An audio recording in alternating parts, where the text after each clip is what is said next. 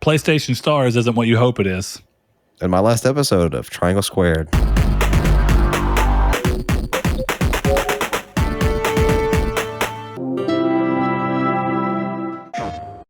Well, hello and welcome to Triangle Squared, a PlayStation podcast. I'm your host, Brett Beck, and alongside me, as always, is one Saul Bridges. Yes, Mr. Saul Bridges bringing you a lucky episode 270. And alongside me is... Oh, God damn it. Chris Figs. It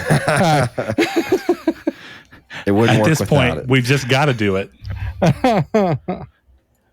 All right, guys. If this is your first time tuning into the show, first of all, welcome. Glad you've made it here. We hope you like what you end up hearing. Stick around. You can see where to be part of the community. If you're watching us, you can see where you can listen to us or vice versa. But we like to start this show off in the time-honored way that the show has always started since its early inception, and that is a simple, quick, what has everyone been playing? So, Saul, since you were out last week, I think that means that you are the one to catch up and let everyone know what you've been playing for these last 2 weeks. That was Chris that was out last week. I'm sorry, it was Chris. I'm crazy. Bro, you gonna make me leave the show. Come on now. I'm sorry. Is this a joke to edge me out? No, Chris, for what you been playing? Let's see. I still can't stop playing MLB The Show. So I've been playing a lot of that. Yeah, the Switch version is so bad. I started God of War 2018 again. Game is really good. Game. I actually need to replay that. Yeah, it's awesome. So, Chris, I have to ask because not long ago, and I kind of even understood your reasoning. You were saying that you didn't want to replay it because we kind of talked about it being like Breaking Bad, where it's like it's good, but you don't want to replay it and find out that it's not that good. Bro, so what drove you to replaying it? Because I swear like 2 weeks ago, you were like, I'm not going to replay it because it's not going to be that good. You made it seem like it was time and place, but now you're here again. So is it just the hype around Ragnarok, or? I mean, yeah, it is the hype around Ragnarok that I was like, yeah, screw it, I'll toss this in. But it's one that I really just want to finish. Like I want to get all the trophies and have that done. But I think I don't remember saying that about God of War. I know I've said that about Journey, but I think my biggest issue with God of War was the last time I played it was like a year after I beat it, and then I'm like, I'm gonna go back for the collectibles, and then I fell asleep or something and never wanted to do that again. But then like Ragnarok, all the hype around it, I was like, screw it. And then I'm actually just playing the game. Like I did a New Game Plus run, and I'm like, oh, this is actually awesome. Kratos is dope. Yeah, it's so good. But I kind of get, you highlight exactly the problem why. Some people have asked me in the past, like, why do I go ahead and try and get a platinum while I'm playing the game instead of coming back to it? And it's exactly your thing, is that if you take a break and then come back to it too soon, you hate having to come back to it because you feel like you're just trying to sludge through to get these platinum or these trophies for the platinum. But if you do it while you're in the spirit of having fun with the game and enjoying the game, then that momentum carries you through to the platinum in an enjoyable way. But you're in that weird position where trying to play the game a year later but go back for trophies, you're better off just waiting like 4 years when the game isn't as fresh on you and it feels like you're re-experiencing something that, like I talked about with Saul before we started recording. I was talking with his brother about Nier Automata, and that feeling of being able to come back to something that you're familiar with and like, you know what happens, but it's just vague enough in your mind that when the game shows it to you and you're re-experiencing it, you're kind of like, crap, this is actually really good. And like, I forgot just how good it is. You can only know when you're experiencing it. So I'm glad you are. I'm probably going to before Ragnarok. So I think I'm right before Ragnarok. I still think I'm going to hold off on the platinum. And then, like I was saying the other night, just get both of them back to back. I like doing that. So I'll probably get like, I need one more Raven and I have the platinum, and then I'll just do it in November. That's the right move. Don't have it set up to where like you have the last Valkyrie fight. Oh God. And then you don't play for a few months and come back, because that's a rough fight. I saw somebody in some Facebook group the other day say, I don't think I'm going for this platinum anymore. I fought my first Valkyrie and this is hard. And I was like, well, if you think the first one's hard, you just wait. Just hold on. Yeah, it's cool. I don't know. I love the shield. That shield, like, you get in that Balder fight and you're just blocking his attacks, and the animations for that are just so cool that it's a really fun game. Really fun. Balder the is, shield in is my cool. opinion, one of Sony's best super villain, but one of Sony's best villains they've ever made.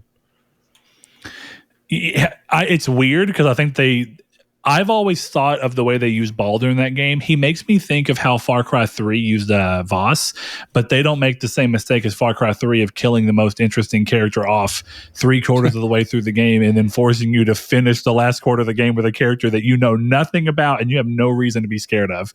Like Holt in Far Cry 3 is such a bad villain because I have no reason to fear him. Wait, at Far all. Cry 3. What, does Voss not be the Yeah. villain or something after a certain point? No, And I guess you don't remember. No, I dude, never played Voss. Voss. Far Cry 3, I didn't ever play it. What? I thought you had. Remember, it gave me motion sickness. Okay, yeah.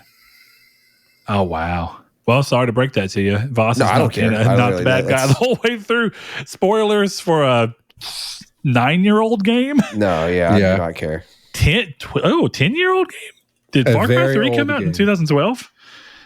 I think you might be right. Yeah, 2012. Oh crap. Great game though, still. But yeah, Voss is such a strong and interesting villain. And then 3/4 of the way through the game, he's just like kind of unceremoniously killed off. And then Holt, who is the person behind him, but you never really for sure knew that or understood that. You never meet him or anything until the end. And then suddenly he's the big bad, and it completely ruins every bit of pacing the game has.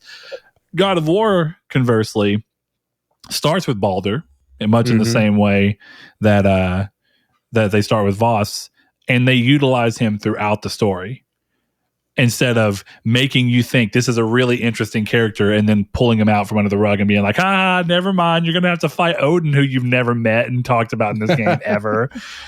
You know? Yeah. So smart Another move. thing I have to say, Freya, very upset she's a villain because, oh boy, I love her. Big fan. Dude, the actress for her. Oh yeah. Oh, yeah. All right. Spend a little bit of time. Go check it out. She's a pretty lady. She's an actress, and I cannot remember what I've seen her in, but she's very pretty. Point being, it's God of War is a great game. I like the shield. I think it's like kind of analogous to the Golden Fleece in the previous God of War games, where you could use it to parry and ricochet magic and whatnot back off of. So I'm glad they put that in the game. All right, so God of War, MLB The Show. Anything else? I've been playing a little bit of Stray now that that's out. Stray is awesome. There's a dedicated meow button. That's pretty sick. But I haven't gotten too far. That's all I needed to know. Yeah, it's awesome. And then I've been slowly grinding some GTA Online. I don't know how much I want to get that platinum, but that online's just not good. So I don't know if I'm going to be able to do it. So no Bravely Default this week? I've played a little bit of it, but I haven't used my Switch very much this week. The Switch is one of those things where I like get in bed and I'm like, okay, I'm going to play my Switch, and then I fall asleep.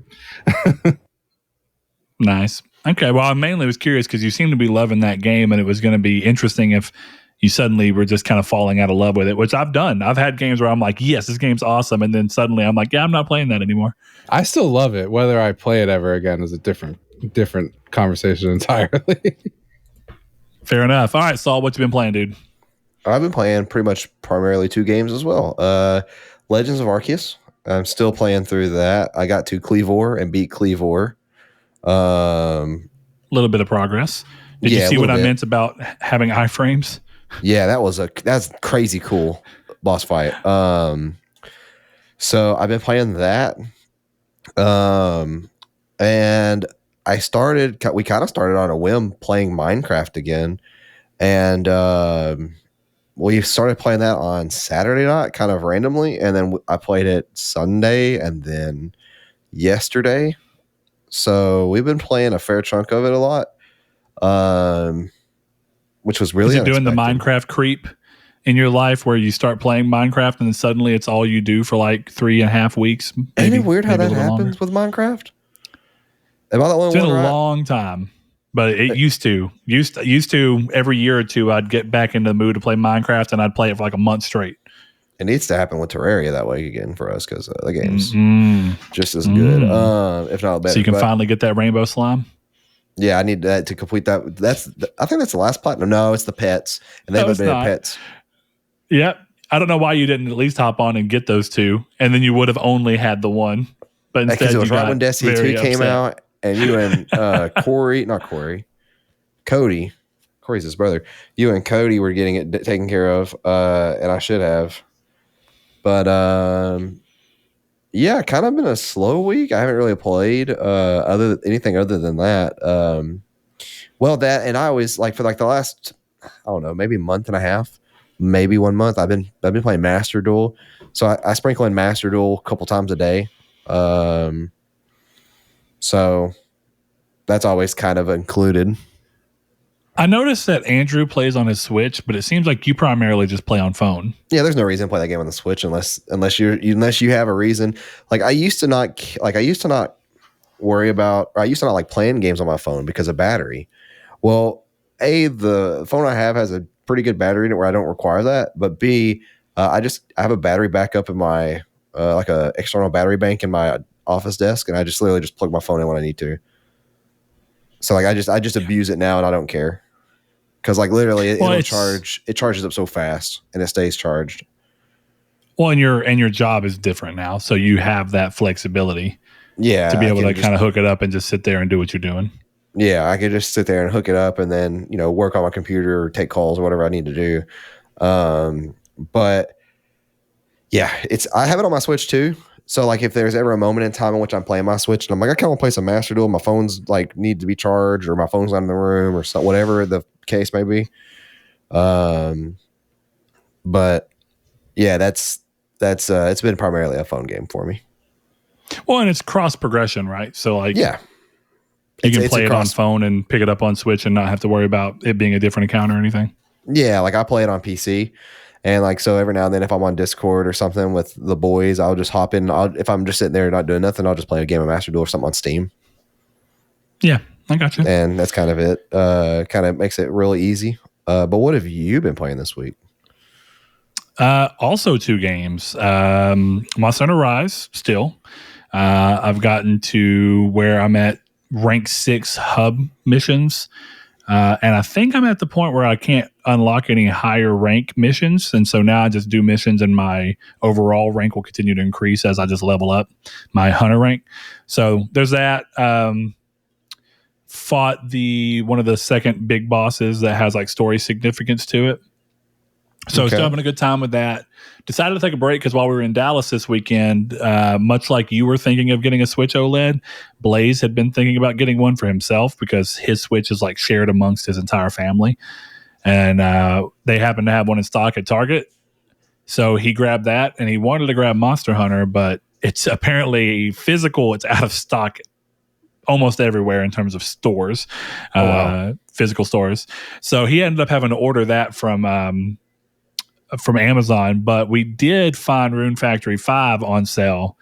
And I was kind of like, man, I've been debating that I was going to wait for it on PlayStation 5, but I was like, you know what? I played the original on 3DS. Let me just go ahead and buy this on Switch and keep playing my Switch for now. I had bought these Binbach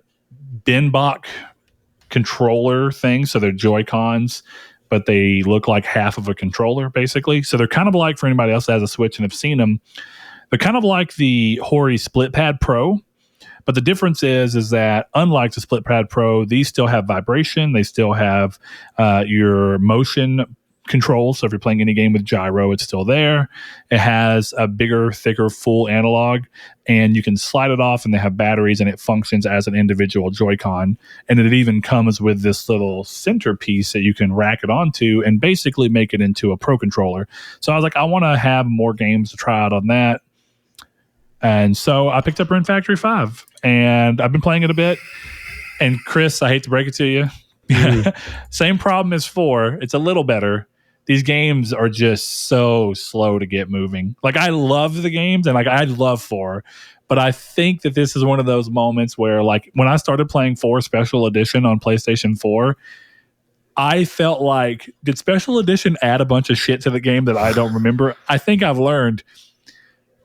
I had such a great time with 4 that my brain just decided to erase the part that I didn't like at the beginning because it eventually got good enough. Yeah, that makes sense. But this game is currently taking quite a bit to get going. It's better, and they interweave gameplay, whereas the hardest part of 4 Special Edition is that there's so much text up front, and you're just like, I just want to do something other than listen to this dragon talk to me, you know? Yeah. But still a good time. So that's about it. I intend to play Stray. Came out today, so I will download that and get it going. I do have Monster Hunter World downloaded, so me and you can play, Chris, if you nice. Want to do that. I guess technically you've been playing Monster Hunter World since you've last been on the show. That's true. I have been. So before we move on, I guess that's my last question to you is, how are you liking it? Is it something you see yourself actually continuing to play? Or do you feel like it's something that's, if you go long enough without playing it, it'll just kind of be like a thought in the wind? I mean, it's one of those things where like, I kind of just have to, if I throw it on, like I'll play it, but I haven't been able to get myself to do like an extended, like, I'm playing Monster Hunter World today, and then it's like 15 hours of my day is just Monster Hunter World. You know what I mean? And I get that sometimes with games, but like Monster Hunter World has been like, I'm going to go on this hunt. And then I was on Discord with Blake playing it, and I was like, I can't find this quest. And I spent like 10 minutes running around, and I'm like, okay. And then I went and played Batman Arkham Asylum. So I guess I played Batman Arkham Asylum too. I did see that you downloaded those. Yeah. Yeah. Good games. The man of many games. It never stops for me. It's my ADHD is bad. I can tell. I think, there's something to be said about game design to where sometimes lowest common denominator is a bad thing. And then there's some times where I actually think games could benefit from lowest common denominator design. Because like, I can only imagine that Rune Factory 5 would be a better game if it was designed with, hey, there are people out there that have very short attention spans, not just because of social conditioning, but because of actual mental, ability to focus on one thing for a limited amount of time. And I think that if that game was like, we're going to interweave this stuff, kind of like I talked about with Monster Hunter Rise, it's like, why are you giving me an hour of tutorial text instead of letting me go do these things? It can really hurt when the first hour of a game is normally your make or break time, where you're like, this first hour is going to determine whether I play this game ever again or not. Yeah. And I guess at that point, they've already got your money. Yeah, but ideally, I would think that everyone who made the game would want you to play what they spent so much time making, not just buy it. The company is just like, he bought it. I don't give a shit if he plays it or not. But that's the difference between the artist and the person who decides to profit off of the art.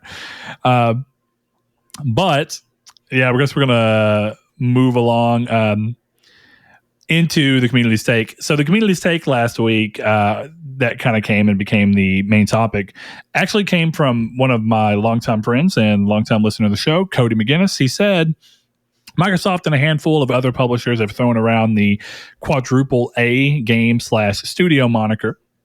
What do you think a quadruple A game would look like? Do you think it'll ever exist? Or maybe we already have games that fit the bill? And then I ran out of characters, but the other basic idea, as many of you got, is it just buzzwords? Is it just a marketing buzzword? Yes. And we got some answers over there on the Discord. We got one from our longtime patron, Mr. Rude Cold. Hope you're doing well, man. He says, for me, it's about the overall production and quality of the game. I would have included having a high budget too, but Halo Infinite had an enormous budget, and that is definitely not quadruple A. The closest game I would say to quadruple A, based around the standard that he gave, is The Last of Us 2 and Red Dead Redemption 2. They both have a level of shine that is basically unmatched in the industry.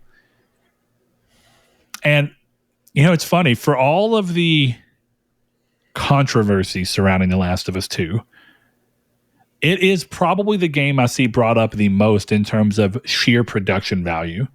Red Dead 2 being very closely followed. They are top class games that other games in their respective types of genres do not have that level of production value. Whether the games themselves are good or not is completely up in the air when talking specifically production value. Well, no, that's not even you. That's actually The Last of Us 2 being a very controversial game and very split fan base as to whether or not they enjoy it or not. So I don't know, Chris, I know that you have your dislikes of Red Dead Redemption 2, though you also, as we always say, that there's the joke that the more people talk about you hating Red Dead, the more you just lean into it just to kind of do it.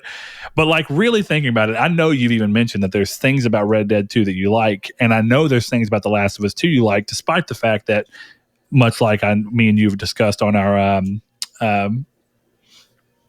spoiler chats. What are those things called, Chris? Yeah, spoiler chats. Thank you.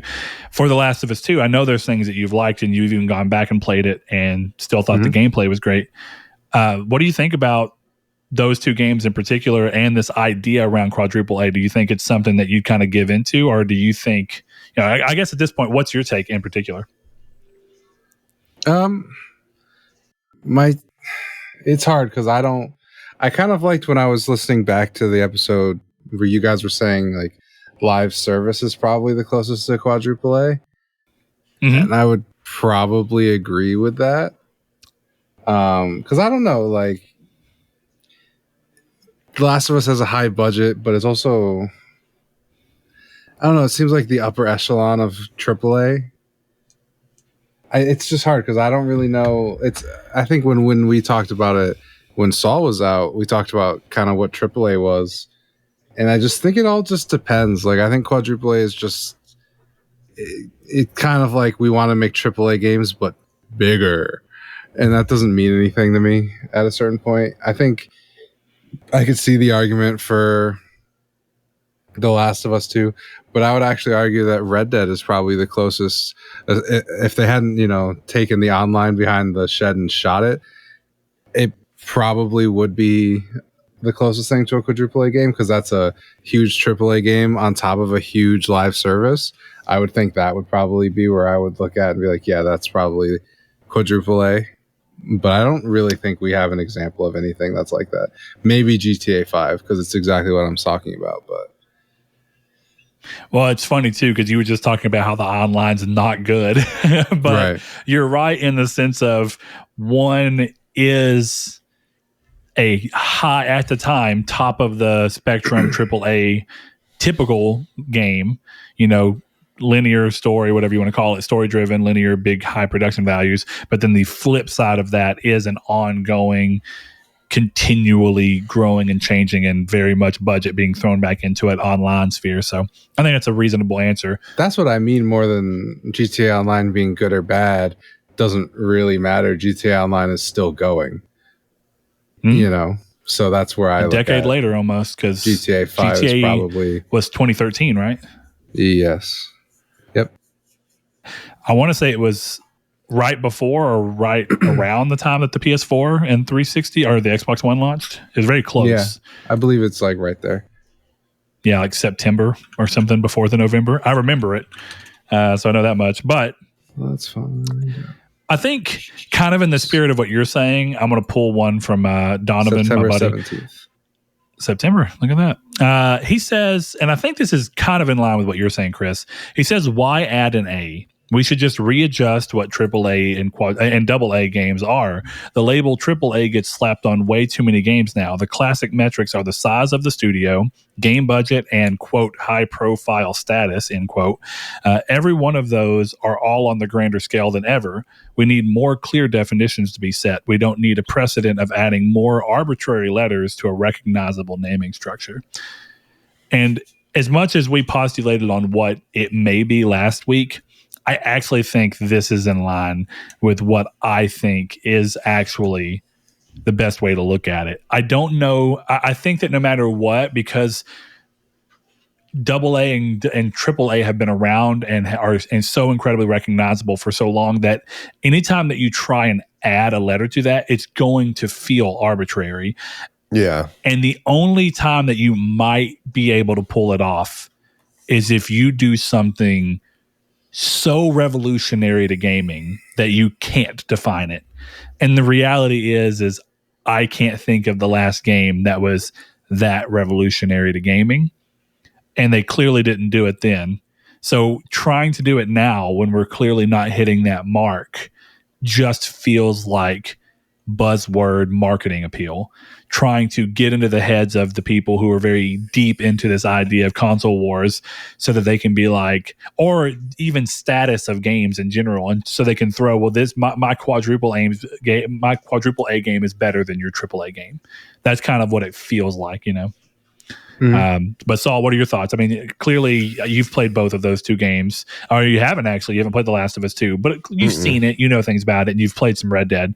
What are your thoughts on that? You know, that's actually not a bad point. That if Red Dead's Online was really successful, that's probably what I would actually consider the first quadruple A game if it wasn't The Last of Us 2. Yeah. Well, The Last of Us 2 might have actually gotten there if it launched. What's it called? If it launched factions, the new factions alongside it. Clearly it didn't.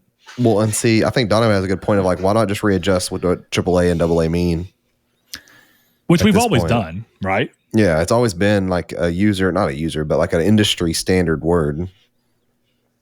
Yeah. It would just take the industry resetting it. Well, AAA has just gotten grander. That doesn't mean you suddenly got to add an extra A. It's just now AAA means an even higher bar of quality than what it did contextually 10 years ago, because games as a whole have more money and more work going into them than ever, which kind of leads me to an interesting standpoint, because one of our longtime patrons, Sean One Neo over on Twitter, said something that I think is such a weird choice personally. Because I kind of think I get where he's going, but I feel like all games are hitting this point now. He said, I agree, any game that takes around 5 years or more to make and have realistic visuals like The Last of Us 2 should be considered quadruple A. And then he also mirrors that with, he wants to repeat that not every game has to be made to that level to be considered good.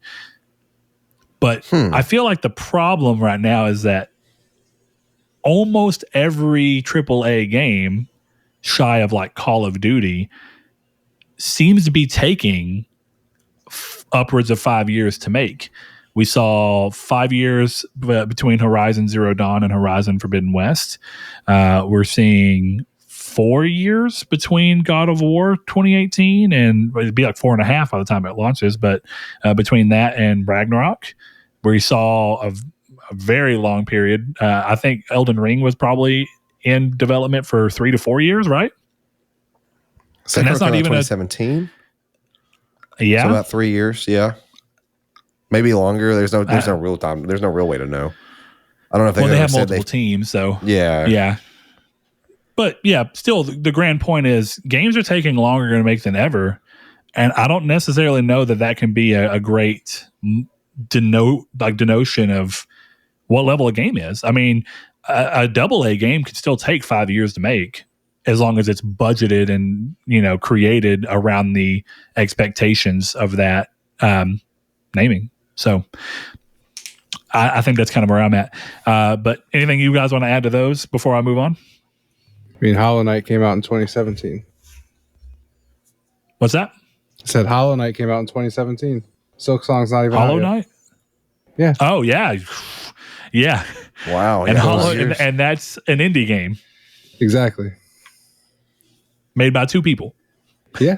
Maybe more now, probably, but makes sense why it hasn't come out yet, but still hasn't come out. So proving your point. Yeah. Chris, I know you've got it open. You want to grab the one from Facebook? Sure. It is Cody McInnes, who I believe is the one who sent this question in. It says, personally, I think several titles could be called quadruple A, at least on Sony's side, like Ratchet and Clank, A Rift Apart, or Horizon Forbidden West. Games that really push the bar of what current gen can do. There's really only been a handful of titles that truly utilize all of the PS5 features. Sony spends an untold amount of money developing these games and advertising them, and they actually deliver. Those are quadruple A games to me, guaranteed to be a great game, basically. But until it's fully legit with a dedicated quadruple A studio, it is pretty much just the title to sell more games, which I actually find interesting what he's saying there, because by his logic, Insomniac, Gorilla, Naughty Dog would all be studios built to make quadruple A games, right?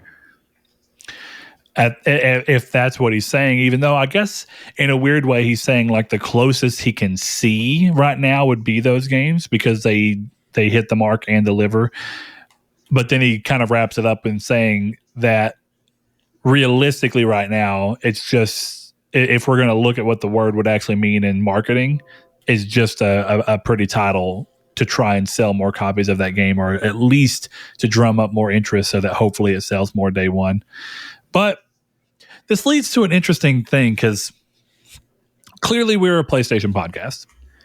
And clearly we have a lot of listeners who are very involved in the PlayStation sphere of things and look at these things through a slightly different lens than someone who might be on the other side or more, system agnostic or whatever you want to call it.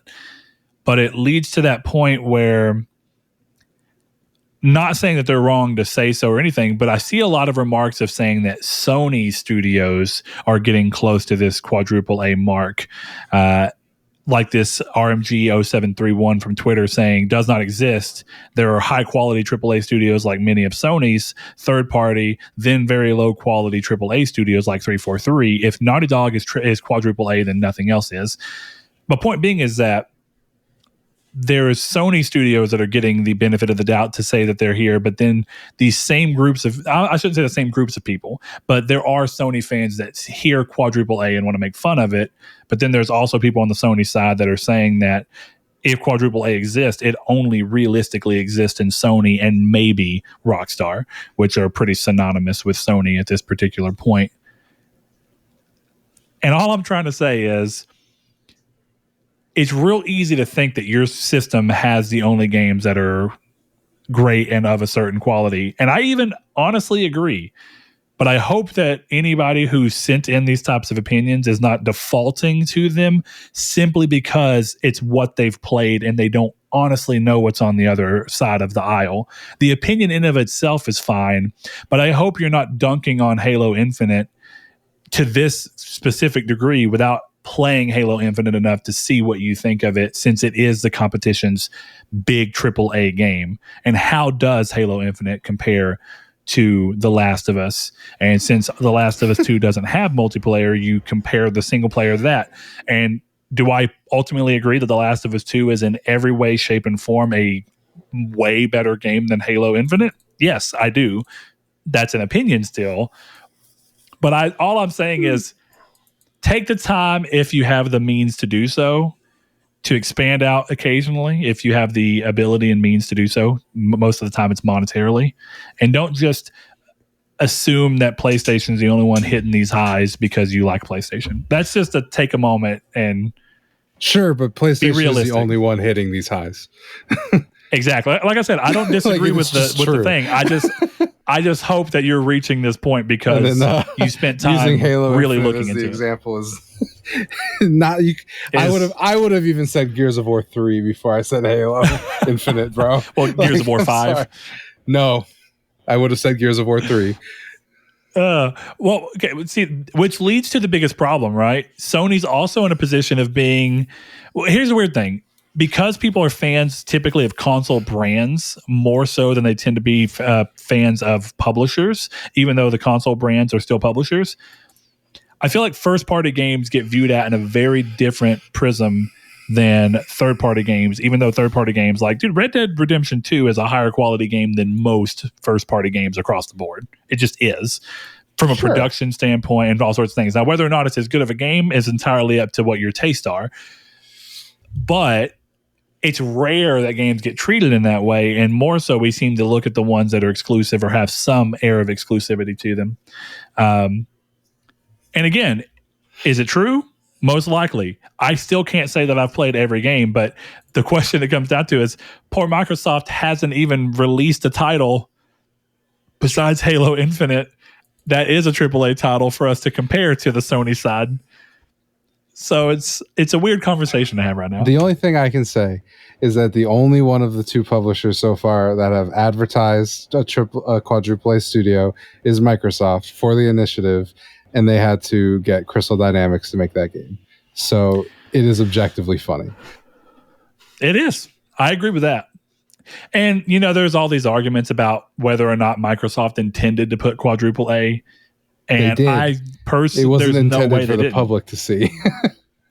Yeah.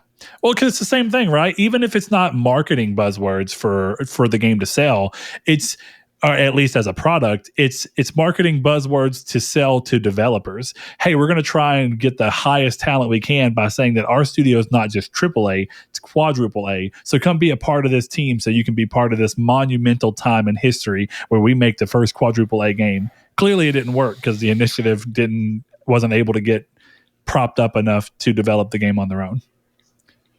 So, yeah, it's true.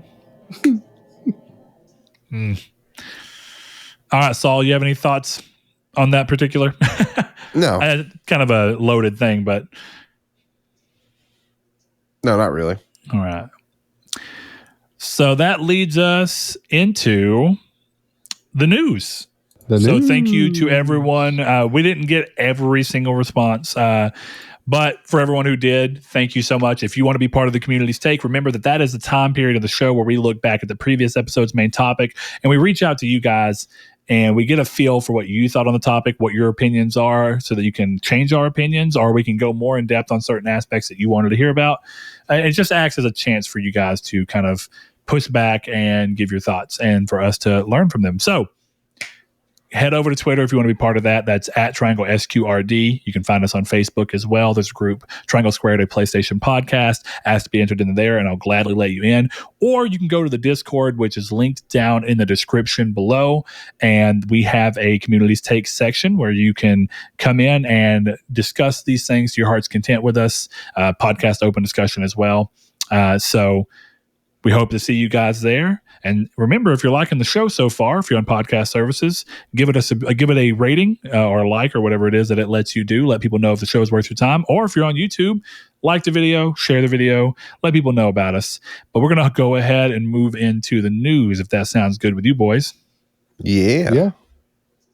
Tell me what's going on. First piece of news. No More Heroes 3 touches down on October 11th for PS5, PS4, Xbox, and PC.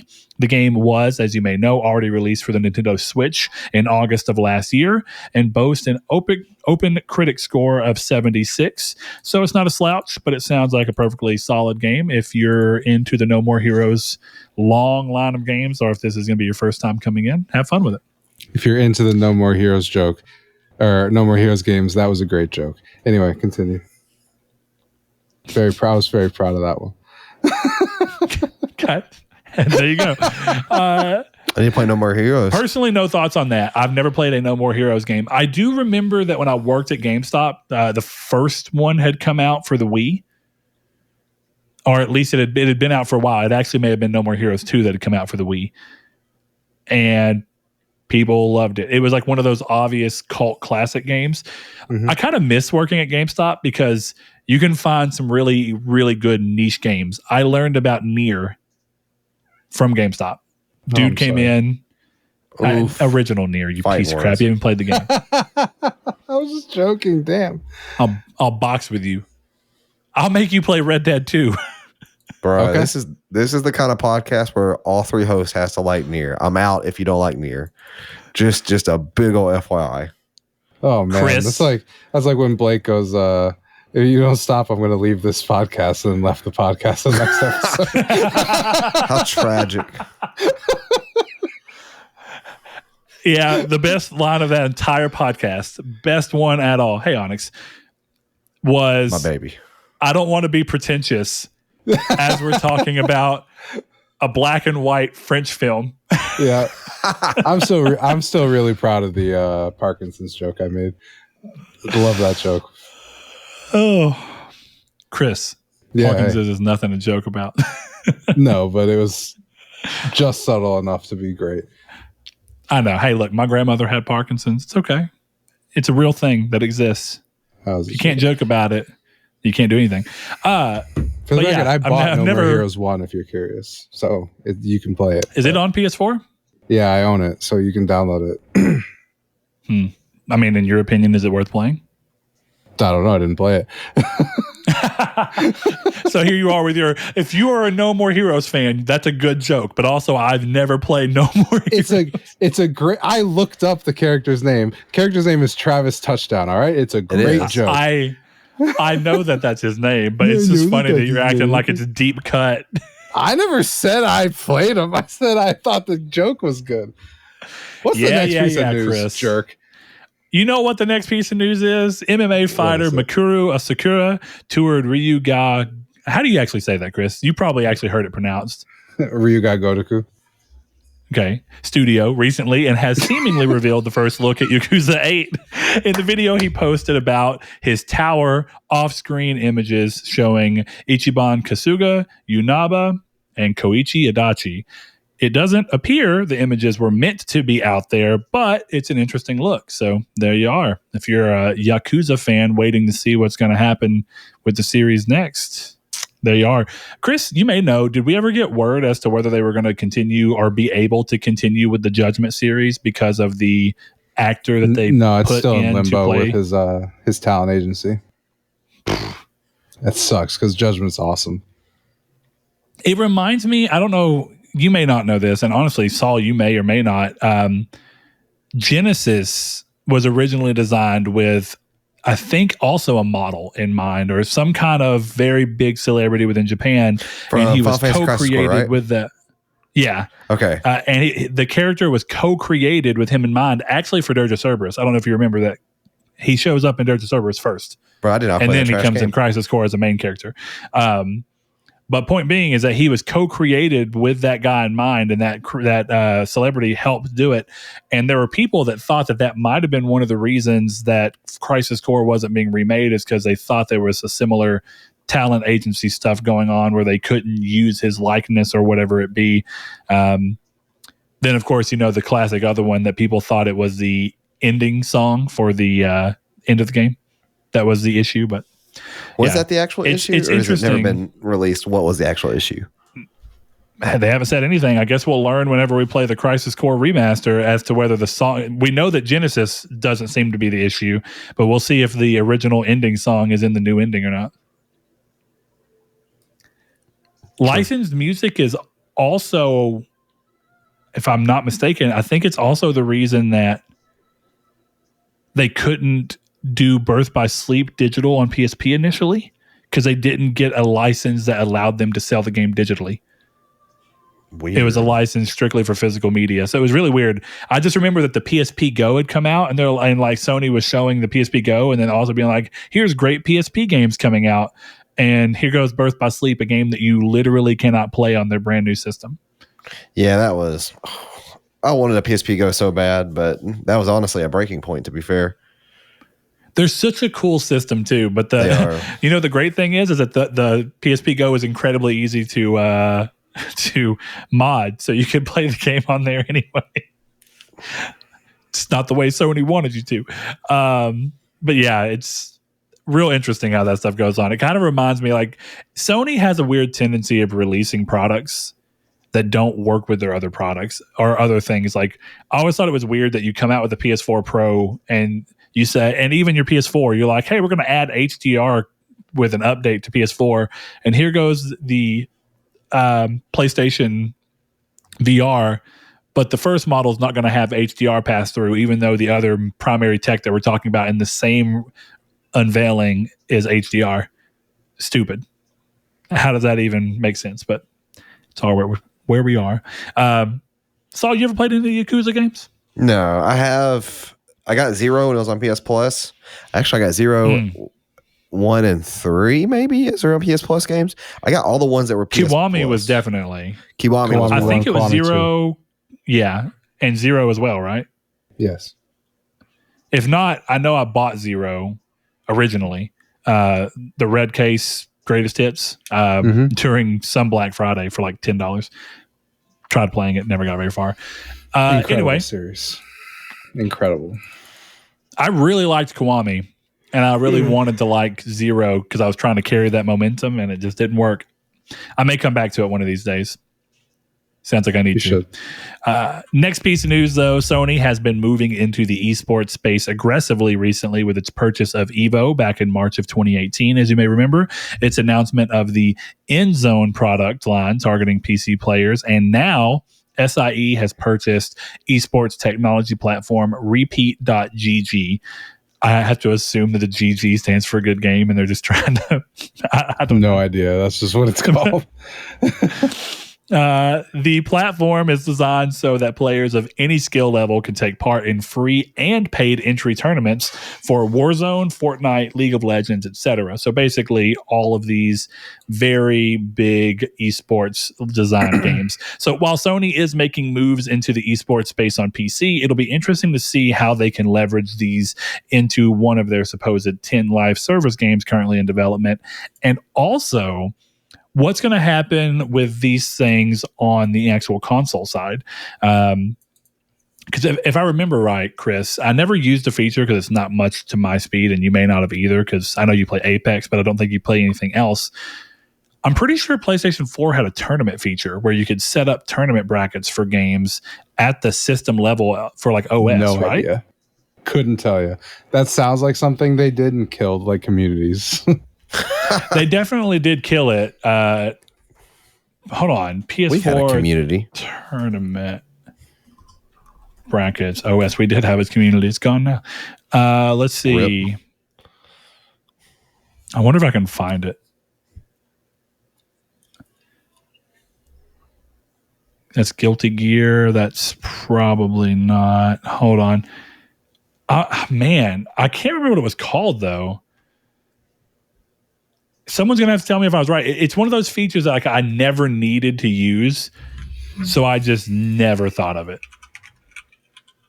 I don't even know how to like how to word it to figure out what it. I don't know. It's fine, I suppose, but answer. Click into the Events app on the PlayStation 4 content launcher and select the Teams icon at the bottom.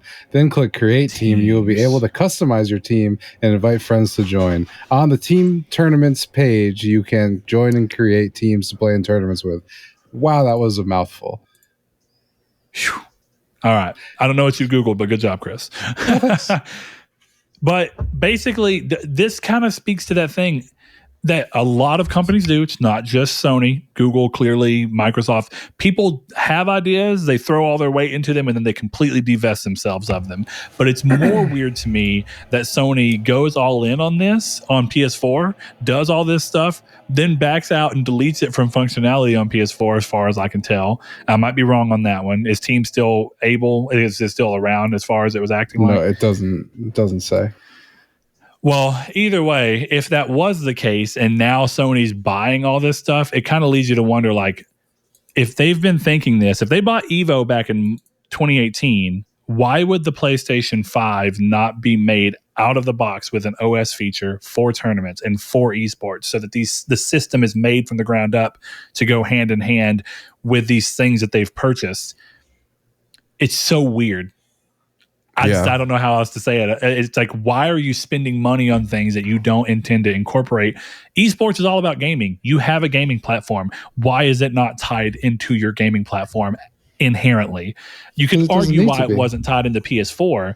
Why would it not be on PS5? Why would you not be wanting to make the PS5 the de facto esports console? Well, the PS5 is the de facto esports console because they own Evo. I mean, yes, but and then this is all, Evo is not all of esports, is it? And I might be wrong because I don't follow esports. And if it is, then Evo's a completely throw one thing out of the way. I know it's big. I mean, I think Evo is strictly fighting, right? It's fighting game esports. Yeah, but I don't think that this. I don't think that this is a feature that needed to be built into the console because there are apps like this one that they just bought that do this already. And it's probably a lot easier to get this all set up on a computer or on a phone than it is to let's see, what was it that I said? Go to the teams icon, then create a team, then go to then customize your team and invite your like that seems like a lot when instead they can make an app or make something on a computer side that can organize it rather than try and do that on the console. The console is just to play the games, and then you can do this on your phone. That kind Maybe. of thing. I get your point in saying that it seems like it's easier, but from what it just sounds like, you're just going to do all those same things on a phone. So I guess your argument in the long run is that it's easier and more intuitive to do those things on a phone as opposed to trying to do them on a console. I mean, in a microcosm, it's easier to go through your vault on your phone than it is in Destiny 2. I mean, you're not wrong. So I think setting up a tournament is easier on a computer, on a phone, than it would be system level, assuming that the connectivity is there, that, okay, hey, log into your PSN, connect your PlayStation, done, boom, over with, like it does with the other apps. I think that makes more sense to me. If that is where they're going with this, then that's fair. But even then, I just still feel like wouldn't you have wanted to have one of these ready for launch of PlayStation 5 and market that alongside the system? Maybe not, because PlayStation 5s are still hard to get. So it's like you didn't feel the immediate need to do that because it's like people are going to buy them anyway right now. You don't have to market this as a primary feature. Even if it's not a feature of the console, it's a feature of the ecosystem, right? Yeah, but why is Sony going to do that work for Respawn? Right? Sony doesn't have a game that would take advantage of this. They're going to repeat. Sorry, I got you. Yeah. What? You said Respawn. For a second, I thought you were talking about like the studio. I was talking about the studio. Like, why would Sony? Oh, so you mean do for this Apex? work for Respawn to set up their esports when Sony doesn't have one of these games yet? However, it sounds like we're close to a live service competitive game coming from Sony. So now they're like, okay, now we got to do this. Hey, we have repeat.gg is willing to be bought and come into our system. They'll set it up very quickly, very easily, done, over with. Like, I don't know why they would be like, they would set up system features to help out EA and Activision. You know what I mean? I get what you mean. Basically, Sony's doing a chicken and an egg thing, and they're getting everything set up so that when the egg of the online service game hatches, they've already got everything they need in place to be able to service it. Exactly. When Uncharted 5's multiplayer mode comes out, it's already set up for them, but they don't need to do that work for Call of Duty.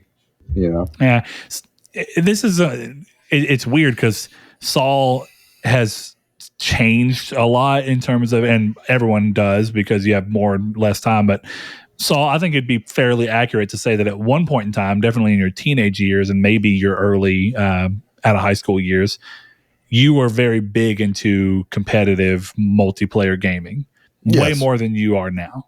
Absolutely. Now, esports, I think, existed back then, just clearly not at the same level as they do now.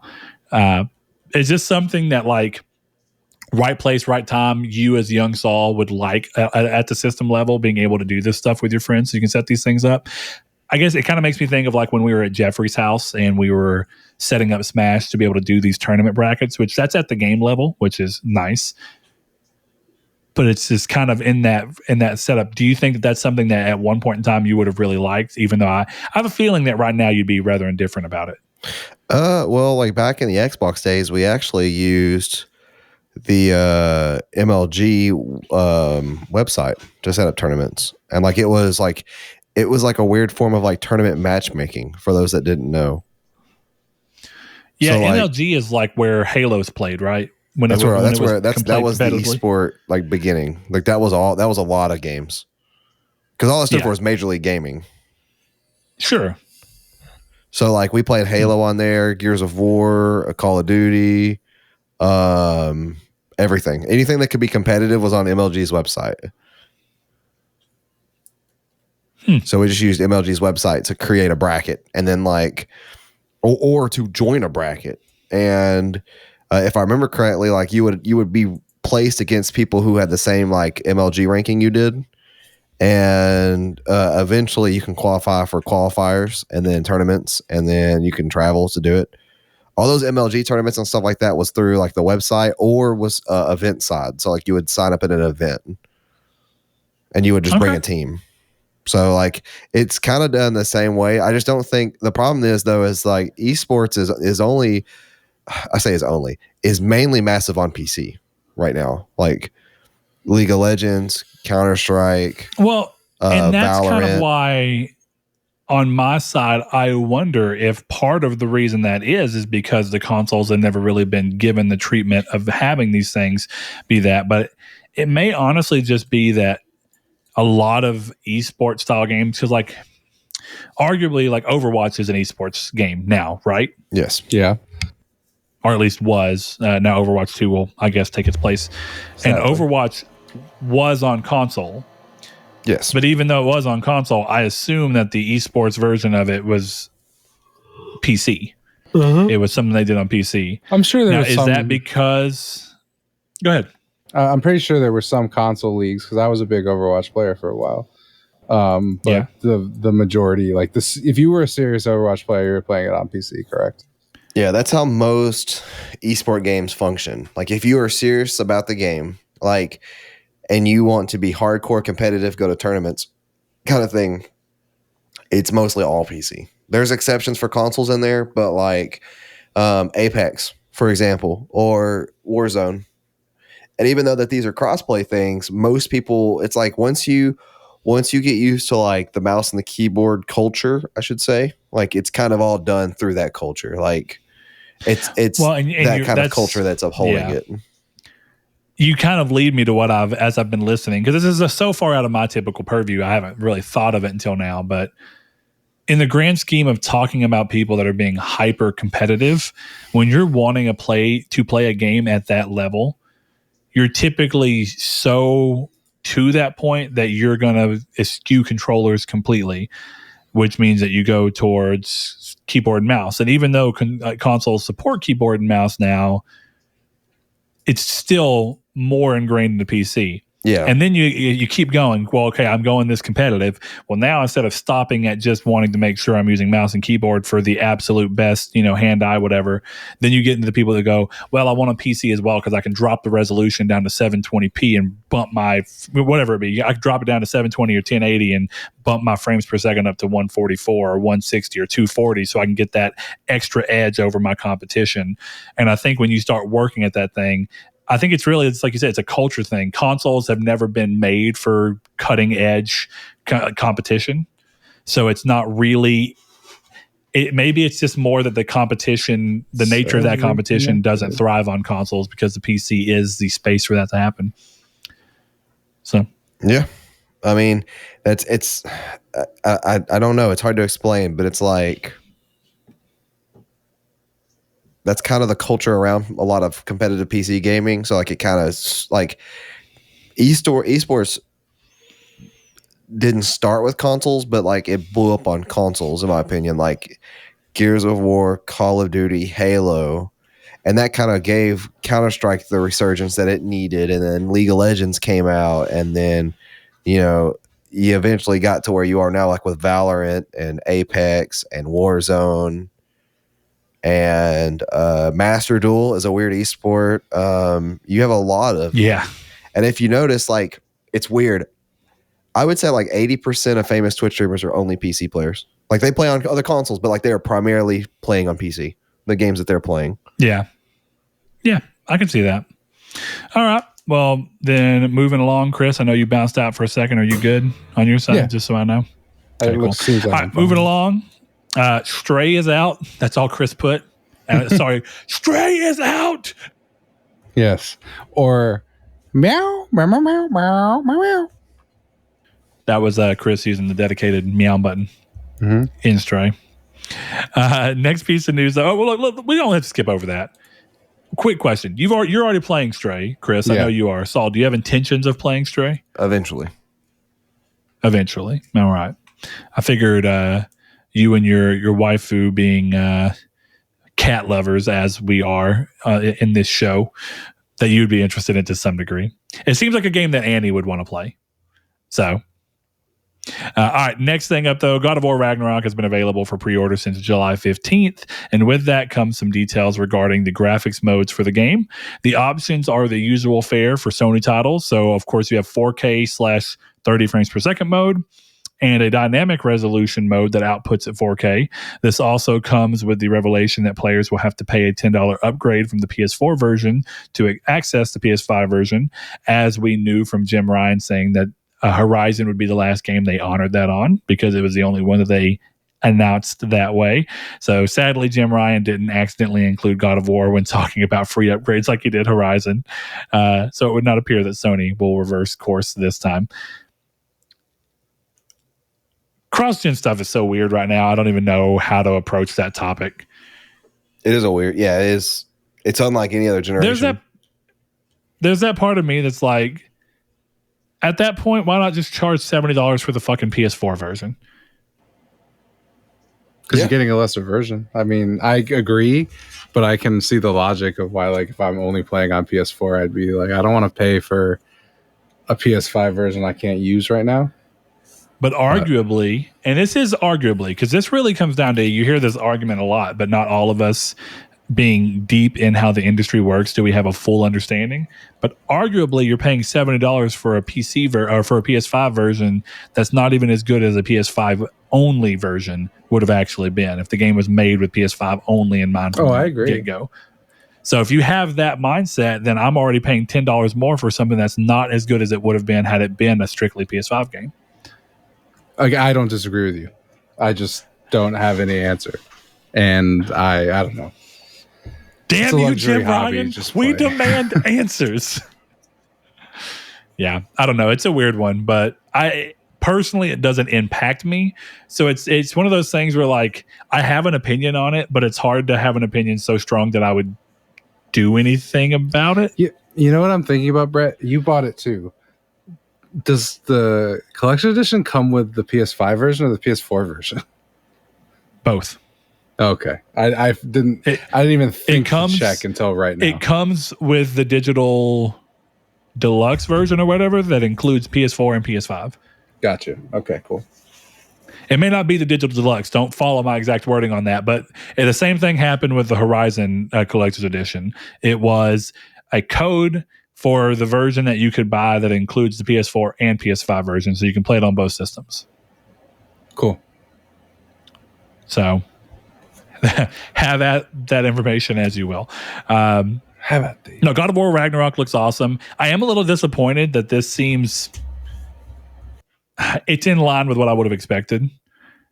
But at the same time, just to clarify for anybody, dynamic resolution mode that outputs at 4K seems to be an unlocked frame rate, kind of like we saw with God of War 2018 on PS4 Pro, where if you played with dynamic resolution instead of the 1800p 30 frames per second that they had locked or whatever it was, it may have been 1400p. So it sounds like you're not guaranteed a exact 60 like a lot of other PlayStation games have done, like performance mode on Horizon or performance mode on Ratchet or Spider-Man, or pretty much any other PlayStation 5 game. The Demon Souls remake comes to mind as well. And I'm definitely going to be playing in whatever mode is going to get me the best frame rate as long as it's consistent. Because I don't know if either of y'all did. They ended up adding a frame rate lock later to it. But did either of you play Infamous Second Son at launch? No. Well, I did, but I don't remember my experience. The game launched with an unlocked frame rate with no ability to frame cap it at 30. And the problem was that the game would go from 30 to like 47, but it would do it so quickly and sometimes that it would look juddery as a result, and it actually looks smoother just locking it at a 30 when they finally added the ability to do so. I want to say they also added a 60 frames per second mode for PS4 Pro. That sounds right in my mind. I don't know for sure. You're talking about 2 or Second Son? Second Son. Oh, you said 2. I think you did say Infamous 2 Second Son. Oh, yeah, sorry. you might I be meant right. Infamous Second Son. And I was thinking, I was like, he must be Second Son at launch. Yeah. If I said that, my apologies. But no, Second Son at launch launched with an unlocked frame rate, and it was really weird. I personally don't like unlocked frame rates. I'd rather just lock at a specific frame rate if the game is going to. I don't mind unlocked frame rates if it's consistent. Like if it's like 45 to 47, fine, I can deal with that. It's better than playing it at 30 frames per second. But not if it's going 29, 37, 32, 45. And you're like, all right, what's going on here? It feels juddery. So it is what it is. Saul, you gonna play Ragnarok at launch? Yes. I'm gonna replay the original, the first one. I plan on playing 2 games that launched this year so far.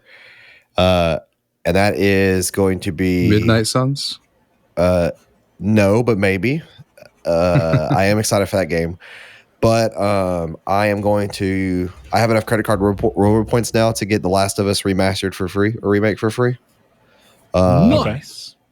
So I'm gonna get that at launch and play through that, and then immediately after that, I'm gonna go straight to Last of Us 2, and then Smart. Ragnarok. And I'm gonna do the exact same thing for Ragnarok. I'm gonna play 2018 first, and go straight into Ragnarok, rather. Straight into Ragnarok.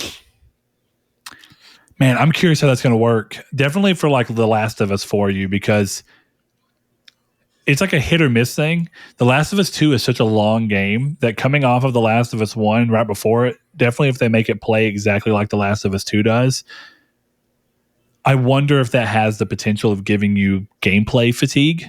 Kind of like, remember when you were playing Uncharted, the collection, and you went through 1 and 2, and by the time you hit 3, you were just at that gameplay I got fatigue? through 2 games, though. Yeah, but the difference is that that's 2 games that are each roughly 12 hours, like 12 to 14 maybe hours. The Last of Us 1 is like a 15-hour game, and The Last of Us 2 is like a 40-hour game. Yeah.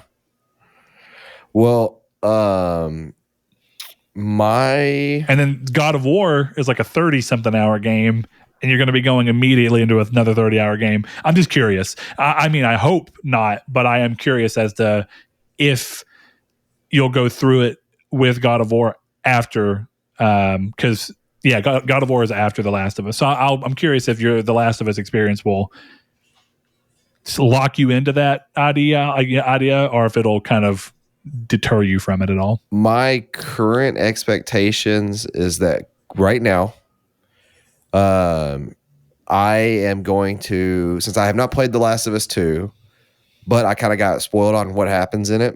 And that kind of tainted, of course, like those spoilers out of context, they're going to taint how you feel about the game. So I'm going to play through The Last of Us 1 remake, and then I am going to use that as an advantage to play through The Last of Us 2. And I might be doing something that is going to be maybe an unpopular opinion, but I will for sure be playing through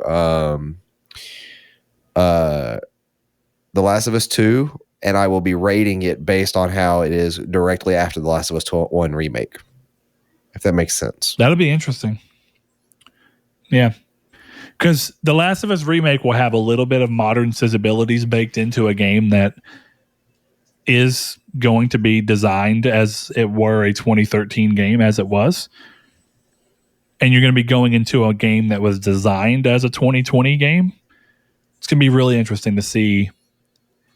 I'm looking forward to talking with you about The Last of Us 2, just because I want to hear that particular side of like finally coming into it. Because you've had opinions, and me and you have had discussions about the things that you know about The Last of Us 2, but the things that you don't know about The Last of Us 2 are some story related things, of course. Right. But then also a lot of gameplay stuff that you have zero real hands-on experience with. Right. So I'm excited. Okay. All right. I think I may save that for the end, because there's a question that kind of got asked to me from Ryan while we were talking recently, but I'll bring that up in a little bit. The last piece of news that we have for the time being is that Sony has revealed PlayStation Stars, And no, that's not a sequel to 2012's PlayStation All-Stars Battle Royale. Drats. It's instead a loyalty program for players. The program is free to join and will allow players to, quote, earn rewards by completing a variety of campaigns and activities, end quote. In addition to potential wallet funds, Sony is providing, quote, digital collectibles. With the service, the company was very clear that these are not considered NFTs. They're definitely not NFTs and definitely cannot be bought or sold. While details aren't known, Grace Chen told the Washington Post that players can get rewards for earning trophies or even being the first to earn a platinum trophy in their region. It seems like region may mean time zone from what they were talking about, but we'll definitely see how that goes. The service will roll out later in the year in a phased regional approach, presumably just in time to allow players to race for the God of War Platinum. I'm real curious. Hear me out. PSVR 2 is still coming. Maybe this is something very close to my idea of where you do get digital collectibles and you can just view them on your system as much as you want and display them in weird ways. But what if we're getting towards my idea of PSVR 2 bringing back a form of something that's PlayStation Home-like, where you can set these digital collectibles up in your apartment or your house or whatever. That'd be and sick. People can walk through and see all the things you've learned. Hear me out, because me and you are on the same page. Haven Studios is making PlayStation Home. Dude, if that's actually what they're making, color me interested. If that's really what it is, I'm very interested. We'll have to definitely see. I love how Chris in our private chat, spoilers for The Last of Us. I'm just being safe, but it's from the new game. It's a cutscene from the game. Yeah, I just love it because we've all played The Last of Us. I know. But I appreciate your spoiler warnings, Chris. Looks really good, though. Yeah, it does. I like this idea for PlayStation Stars, but this comes back to what I was talking about before. Sony has done reward things like this before and then quit randomly. Saul, I know you were there. You remember it. Yeah. And Blake was doing it as well.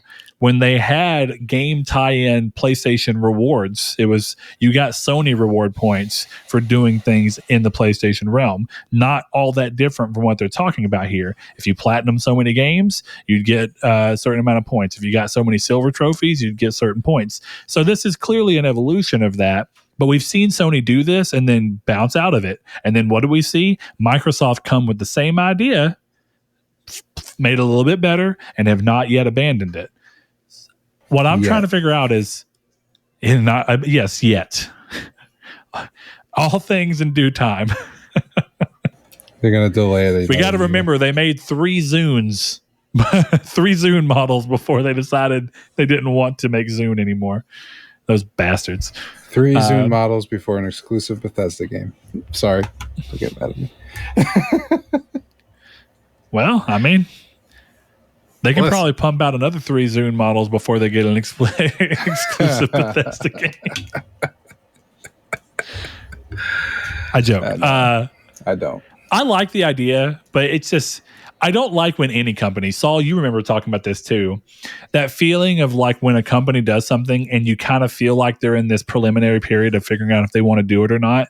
Like I think you and I had a similar conversation around Pixel of like, we didn't buy Pixel 1, even though we knew about it. And we chose to buy Pixel 2 because it felt like a good thing of like, maybe Sony, maybe Google is going to stick around with Pixel. But then our Pixel 2 experience wasn't great. So both of us bounced out because we kind of thought Pixels may go by the wayside. And here I am now with a Pixel 6. Right. So they've not gone anywhere. But I'm wary. Like, people were talking about Google Stadia. And I remember one of the first things I said about Google Stadia is this seems exactly like the kind of thing that Google will do, put a ton of money and effort into, announce a bunch of stuff for it. And about 6 months after it not performing like they anticipated it to because they put too much money behind it, for unnecessary things, they're going to just completely drop it. And then they did. Microsoft has done that time and again. They did it with their Twitch thing. What was it called? Stitcher? What was it called? I don't even remember. I don't remember what that's called either. Oh, it's gonna kill me that I can't think of it. Microsoft Twitch platform. Our competitors. Mixer. A good way. What? Mixer. Yeah. That was when they paid like an ungodly amount of money to Ninja. I mean, like an ungodly amount of money. Yeah. If I remember right, it was 8 figures. Ooh. Good for So Ninja. anyway, yeah, good for Ninja. He got his bag. That's all that matters. Hopefully, I like this idea, and I'll definitely be dealing. Oh, you got a joke? Go ahead. Throw your I joke did. out, No. It's over now. It's over now. It's gone. Over now. Yeah, it's gone. It passed in the wind. Just like the sandwich his wife brought him after he killed a bunch of people in Fortnite. Is that like a moment I can watch?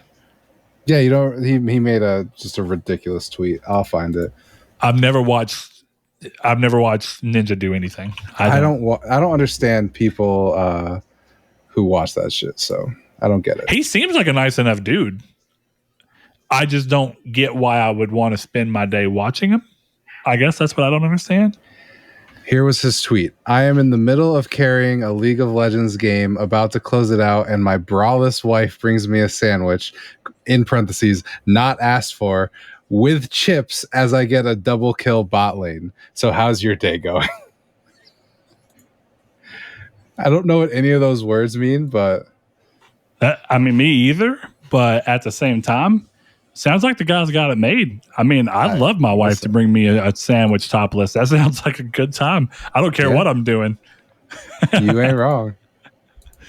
I would have the same energy if all that happened was my wife brought me a sandwich topless. I don't have to be like carrying a game of League. I'm fine. Shit, take it back from there. My wife brought me a bowl of spaghetti. I'm having a good time. I didn't even have to do anything. There you go. That's nice shit. Look at you. Shout out to my wife. And some Parm cheese. I did. And she knows, dude, I drown my spaghetti in Parmesan. I noticed. I was watching you eat it. I thought it was interesting because I know you've never watched me eat spaghetti because, I mean, why would you? But you don't live anywhere around here. But I was like, neither of them have mentioned the amount of times that I have poured a copious amount of cheese into the spaghetti. I don't mixed it up. I don't food shame. If you want to eat pasta with your cheese, that's fine. Honestly, it's why I do it. I don't do that much cheese at like a nice restaurant. So pasta is a vessel for cheese for you? Cheese and ketchup are probably my primary diet, you know? Really? And then the other food is just whatever the vehicle to get those things into my body are. I always put ketchup on my plate, but I don't ever eat it. I don't know why. Dude, when I eat chicken tenders, you should see the amount of ketchup I use. It is insane. You gotta use barbecue sauce for that. That's a hard disagree. Or buffalo. See, I don't like barbecue sauce. I'm not a barbecue sauce guy. Yeah, you should see the amount of ketchup I use. It's Give me like some genuinely insane. I use probably like a quarter of a bottle. That's unhealthy and disgusting. I love ketchup, man. I will throw hands with it. Now, of course, I'm talking about like 4 or 5 big chicken strips, but point being, I use a lot of ketchup. I kind of feel like after what you said, if I was Saul, I would quit the show. I mean, I can make it worse. I don't even want to know how. As Saul can attest, we had a big cookout, and I don't buy mustard or mayonnaise because I don't use them in the house at all. So we had burgers and hot dogs and brisket and all these different things. And if it wouldn't have been for work giving us some of that barbecue sauce, that is admittedly good barbecue sauce, really good we wouldn't have even had barbecue sauce for the brisket because I don't buy those things because I don't typically eat them. If you're having a barbecue, how did you not prepare the condiments? I'm not going to buy an entire bottle of mayonnaise or a jar of mayonnaise or a bottle of mustard that I will not eat after that day. Okay. I just borrowed my mom's. Since she's in the house I'm working on next door, I literally walked next door, stole her mayonnaise and her ketchup or her mustard and brought them to the house and said, "You guys use this." That's fine. I'm just saying you have to have the essentials for a barbecue. Like I didn't like misery my friends and like tell them that like no, you will eat that hot dog the way the art demanded. BYOM, bring your own mayo. I actually should start saying that. Hey guys, we're going to cook out this weekend. It's BYOM. That could be mustard or mayonnaise, whichever you're into. Nice. I like that. Fair enough. So as long as you had it. It ended up being available for people to use. There you go. Just That's not fine. From my dime. Because that would just be like me as a chef in a building being like, listen, I don't fuck with ketchup, so nobody gets ketchup. I'm just not guarantee you. I guarantee you there's a high-end enough restaurant that the chef says, I don't deal with whatever this ingredient is. So if you like cilantro, maybe you're not going to have cilantro in any dish here because cilantro is peasantry. I guarantee you it exists. It is. I'm sure it exists. I would bet they don't do very well. They probably do really well because the rich people are like, it's so exclusive. Oh, it doesn't taste like soap. Delicious. If you've got the soap cilantro gene, you just got weak genes. I got that gene. I'm not necessarily hating on you. I think I got that gene. You got weak genetics, bro. You think you have the cilantro I feel gene? for you. Because, yeah, he does. I love cilantro. Anything with cilantro is inherently made better. Just See, mine's a little weak. If I taste it in salt, I can taste it in salsa sometimes. If they add too much cilantro in it. But I feel like I don't taste it right off the bat. And salt. Like I've never heard you mention it at Chipotle, and they have it in all of their rice. I don't eat their rice. So that's the reason I don't eat their rice. That the taste needs time to lather up. Yes, that's a pretty good one. Thanks. I wasn't sure. Anyway, I will definitely be using PlayStation Stars when it inevitably launches. It is, of course, not out yet. This is one of those things where if I were Sony, I think I would have waited to announce this when it was time to release it. I think I would have just held this card to my chest and been like, starting today, PlayStation Stars. You can get platinums. You can do this. You'll get points. You can use those points on credits, digital collectibles, all that. I would have said that when it was ready. I would have at least had some kind of like pre-registration ready to go. It's weird that they announced this and they're like, yeah, check back later, dog. I don't know when, but it's a weird mentality that I don't see how they've ended up on. But a lot of companies in this thing are like, we're going to announce something way before it's ready just so you can. It's the classic Japanese. Please be excited. Oh, okay. Ridge yeah, Racer. Sure. Yeah. I don't know. I mean, it's not like it's an issue. Like, I understand that you can give information. It's just, I don't know. It kind of felt like you're trying to make news happen where there's not really anything newsworthy. The newsworthy, I guess, is that it's happening, but you can't compare it to anything because it's not out. True. Yeah. That's true. I think I would have done the same thing with PS Plus. I would have not talked about PS Plus at all. And then I've been like, starting today, PS Plus is 3 tiers. This is how it converts. These are the games that are available. I just think that a flash in the pan style announcement like that, where it's just like, bam, here we are, is a way more fun announcement. But I'm sure there's some kind of metrics and data that support that that's not the best way to go about doing it from a monetary or profiteering standpoint, but who knows? Saul, what are your thoughts on this? You think you're going to use it? I know a lot of people in our community that also operate on Xbox use the Microsoft rewards in order to pay for things like Game Pass. So you think that'll be something up your alley? I'm not a big fan of homemade ketchup.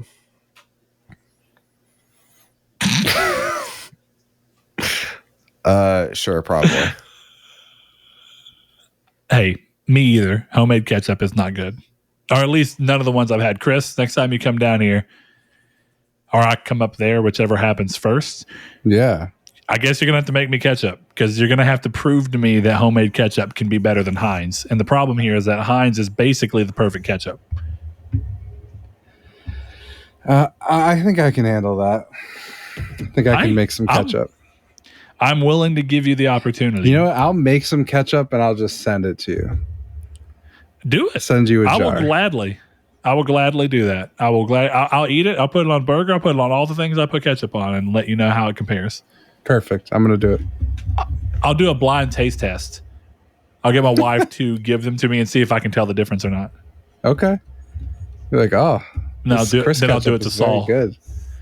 Yeah. What? He's going to hate it so much he leaves the show. Just gonna walk on out. No 2 weeks notice. goodbye. I'll just quit. That's a risk we have to take. Fair enough. Chris, this seems right up your alley because Saul, I think this is the same thing basically. I don't think that I'll go out of my way necessarily to do extra things that I wouldn't normally do to get points, most likely. Like I see some people do like, well, instead of using Google, I use Bing every now and then so I can get Microsoft rewards. Fuck Bing. I'm not going to use Bing for some more reward points. Not going to happen. But if I'm going to get points for platinum in games, which I already do, I'm down. That's just an extra incentive to do something I already like to do. It may get me to platinum a game I may not have otherwise platinumed, but it's still in the purview of something I would do. So, Chris, where are you at on this? Is this kind of up your alley? You think you're going to go that extra mile to get the extra points? Maybe. I don't know.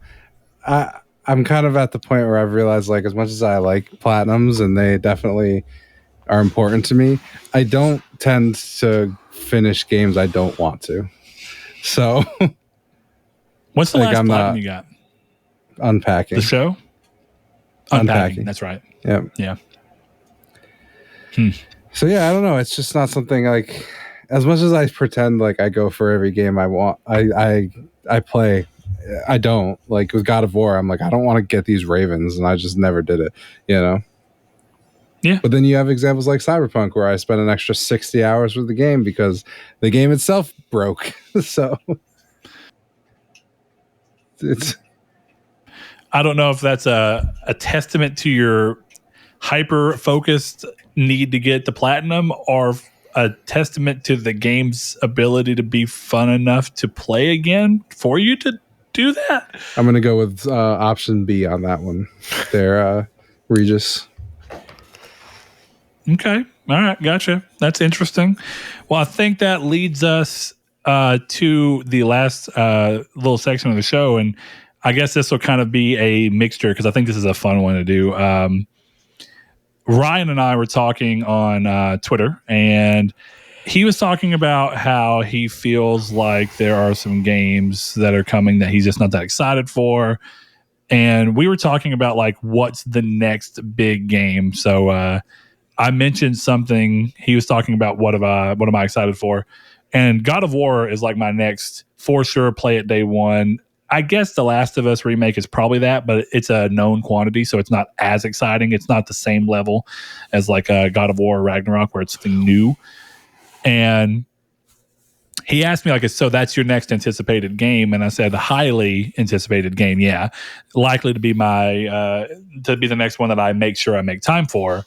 And I'm interested in Stray, and I think Stray looks really good, but it's not like I have to have.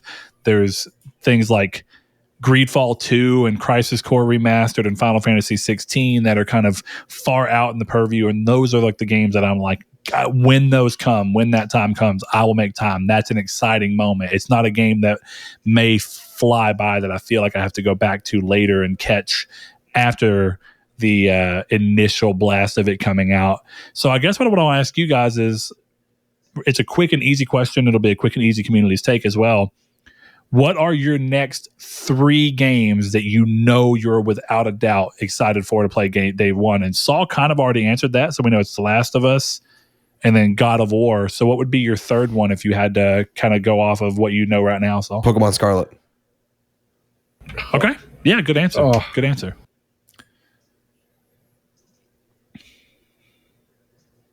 What? Go, Chris. You seem like you were going to go. So I figured you were just going to take the lead. No, because I already had like 5 games, and then he reminded me of another game. I'm like, how am I supposed to cut this to 3? Fair enough. You can give all 5. I just wanted to do 3 as like a minimum because I think it's everyone's mileage is going to vary to some degree here, because it's like, what does it mean to be super hyped for a game like that you're going to play it day one? And Chris, don't take this the wrong way, but you're so ADHD that you'll play all 5 of these games and then beat one of them. No, 100%. Absolutely. I may not even start 4 of them. But you're going to be excited about them. You'll buy them. 100%. Whether or not you play them is up in there. Yeah, it's Hogwarts, Pokemon, Callisto, Resident Evil, Dead Space.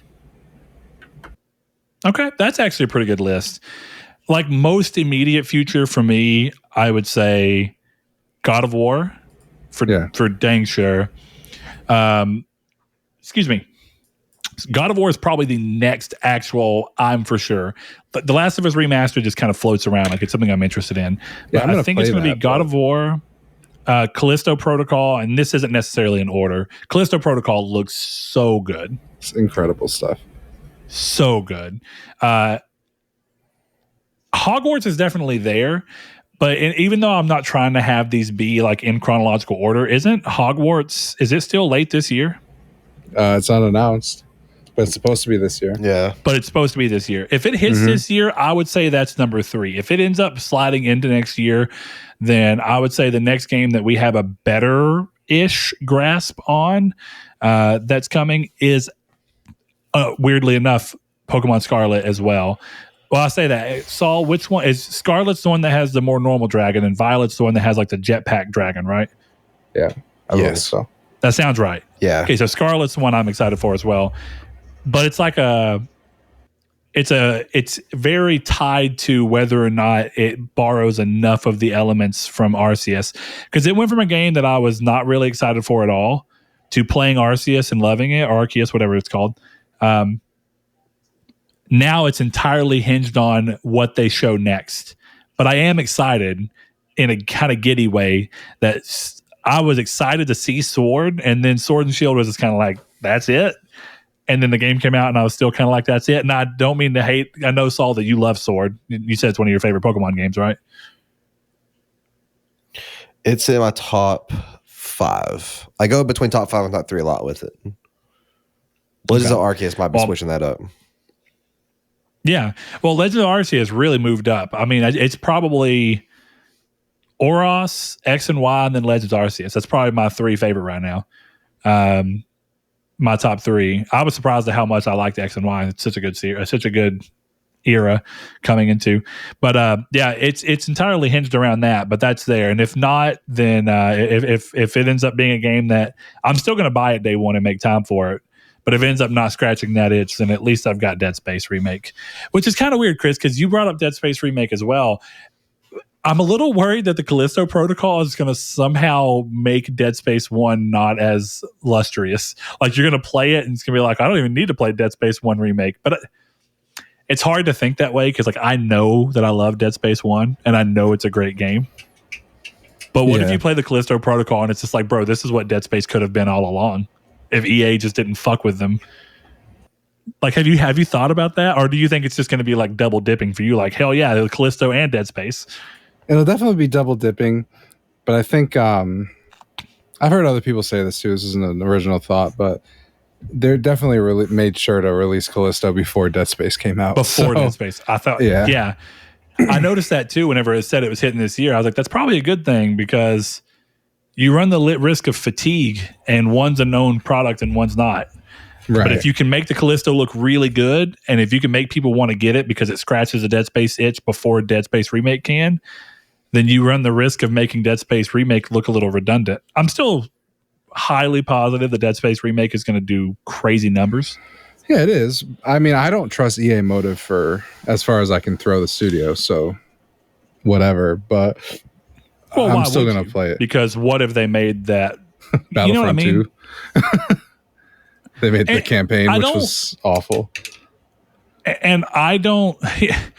the weird thing about studios is that as much as I'm okay with the idea of seeing what Blue Point would do with an original title, making an original title versus enhancing a title that already exists and has a framework and a story and characters are two very different things. I think that there's a high chance that Blue Point suck at making original titles. I hope not, but there's a good chance because it's a different skill set. I know. It's a lot different to look at a game and rebuild it from the ground up, but keeping its core. So while EA Motive may have not done great with whatever games they've developed, this could be their moment to shine, and this could be where EA determines that they're just a remake studio from here on out. Yeah, I mean, especially with Blue Point. I'm excited for Bloodborne 2, but I have maintained that like I don't understand why you would buy a studio known for remakes and then move them, not have them remake games. Yeah. I'm kind of the point where I want Blue Point to do whatever it is they want to do. So if as a studio they want to make an original title, maybe the best way to do it is to give them enough people to make 2 games and make a remake and a new title so that you get the best of both worlds. It just seems to me so like you're laughing. What's so funny? It's just I'll post it in Discord. Go ahead, Chris. The whole thing seems to me like if I became like a Michelin star chef and then I was like, this is awesome, I'm going to get a job at the bank. Like, I don't understand like why you would become the best at something and then be like, yeah, I'm just going to do something completely different. Like, happy for them. But at the same time, it's like, you guys are the greatest remake studio in the industry, probably. And now you're shifting away from that. Fine. Do whatever makes you happy. But yeah, I think my current opinion, and that's why I think if EA Motive can actually knock this out, I think every big publisher, clearly this is the case at Rockstar and Take-Two, every big publisher needs one studio that is dedicated and good at making remakes to a high quality level. If we're at a point in the gaming industry where people are wanting remakes of games, every studio should have a team that can be dedicated to that so that you get a quality product. I think if if Take-Two or Rockstar at this case had that with the Grand Theft Auto trilogy, and they had a studio that was actually talented and given the budget to make this, that game would have turned out a lot different than what it came out as. And not saying that what it came out is the worst, but it is not what anybody expected from a quality standpoint from those games. That's just... Even people who like the trilogy that released and have played it, I think would agree that they expected a higher quality than what was given. I would agree. So I think at that point, kind of like what you talked about, Sony is brushed up against so many of them, but Blue Point's clearly the cream of the crop. But the irony is that other Ocean studio that remade Medieval did a great job. They just remade a game with no changes that's really old and doesn't do well in modern context. But part of me hopes that they actually hire the studio to do other remakes if that's within their purview, because they did a good job. But if we could get EA having a dedicated team, then you can see other EA classics brought back, definitely from studios that they have tight connections with. Why not have BioWare remake, which you don't need to at this point, but before it was announced from Aspire, why not have a studio and be like, hey, we're going to have the original classic BioWare Knights of the Old Republic remade from EA, because we can make Star Wars games and we're just going to choose to make that game again. I think that could have been cool.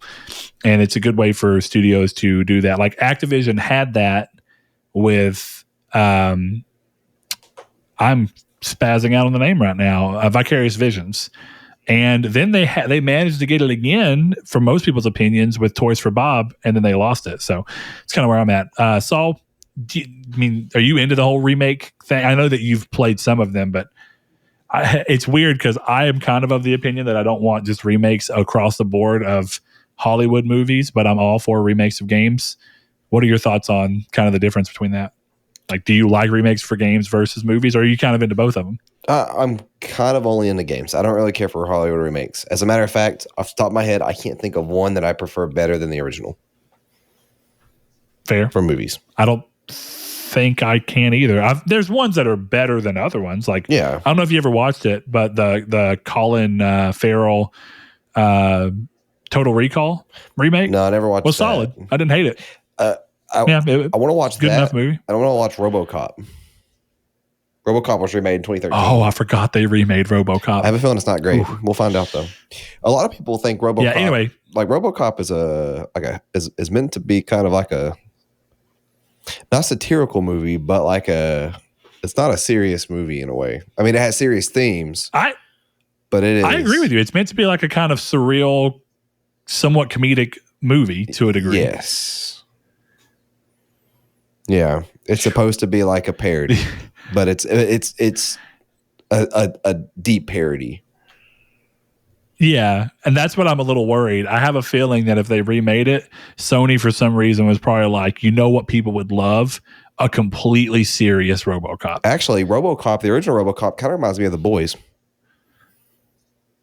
I can kind of see with that. the way it tries to draw over parallel. the top. Yeah, over the top. Like, yeah, is parodic a word?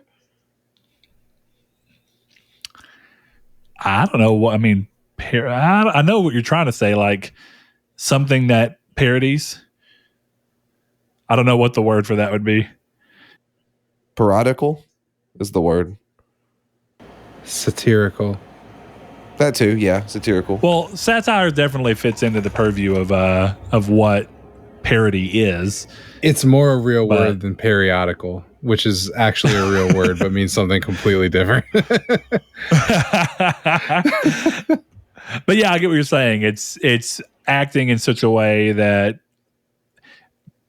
it's looking at something that is highly known at the time and choosing to show it in a very odd way that's done so as parody. Because I mean, like my favorite part of watching The Boys is just watching all the ways in which they kind of compare Vought to Disney, not so subtly.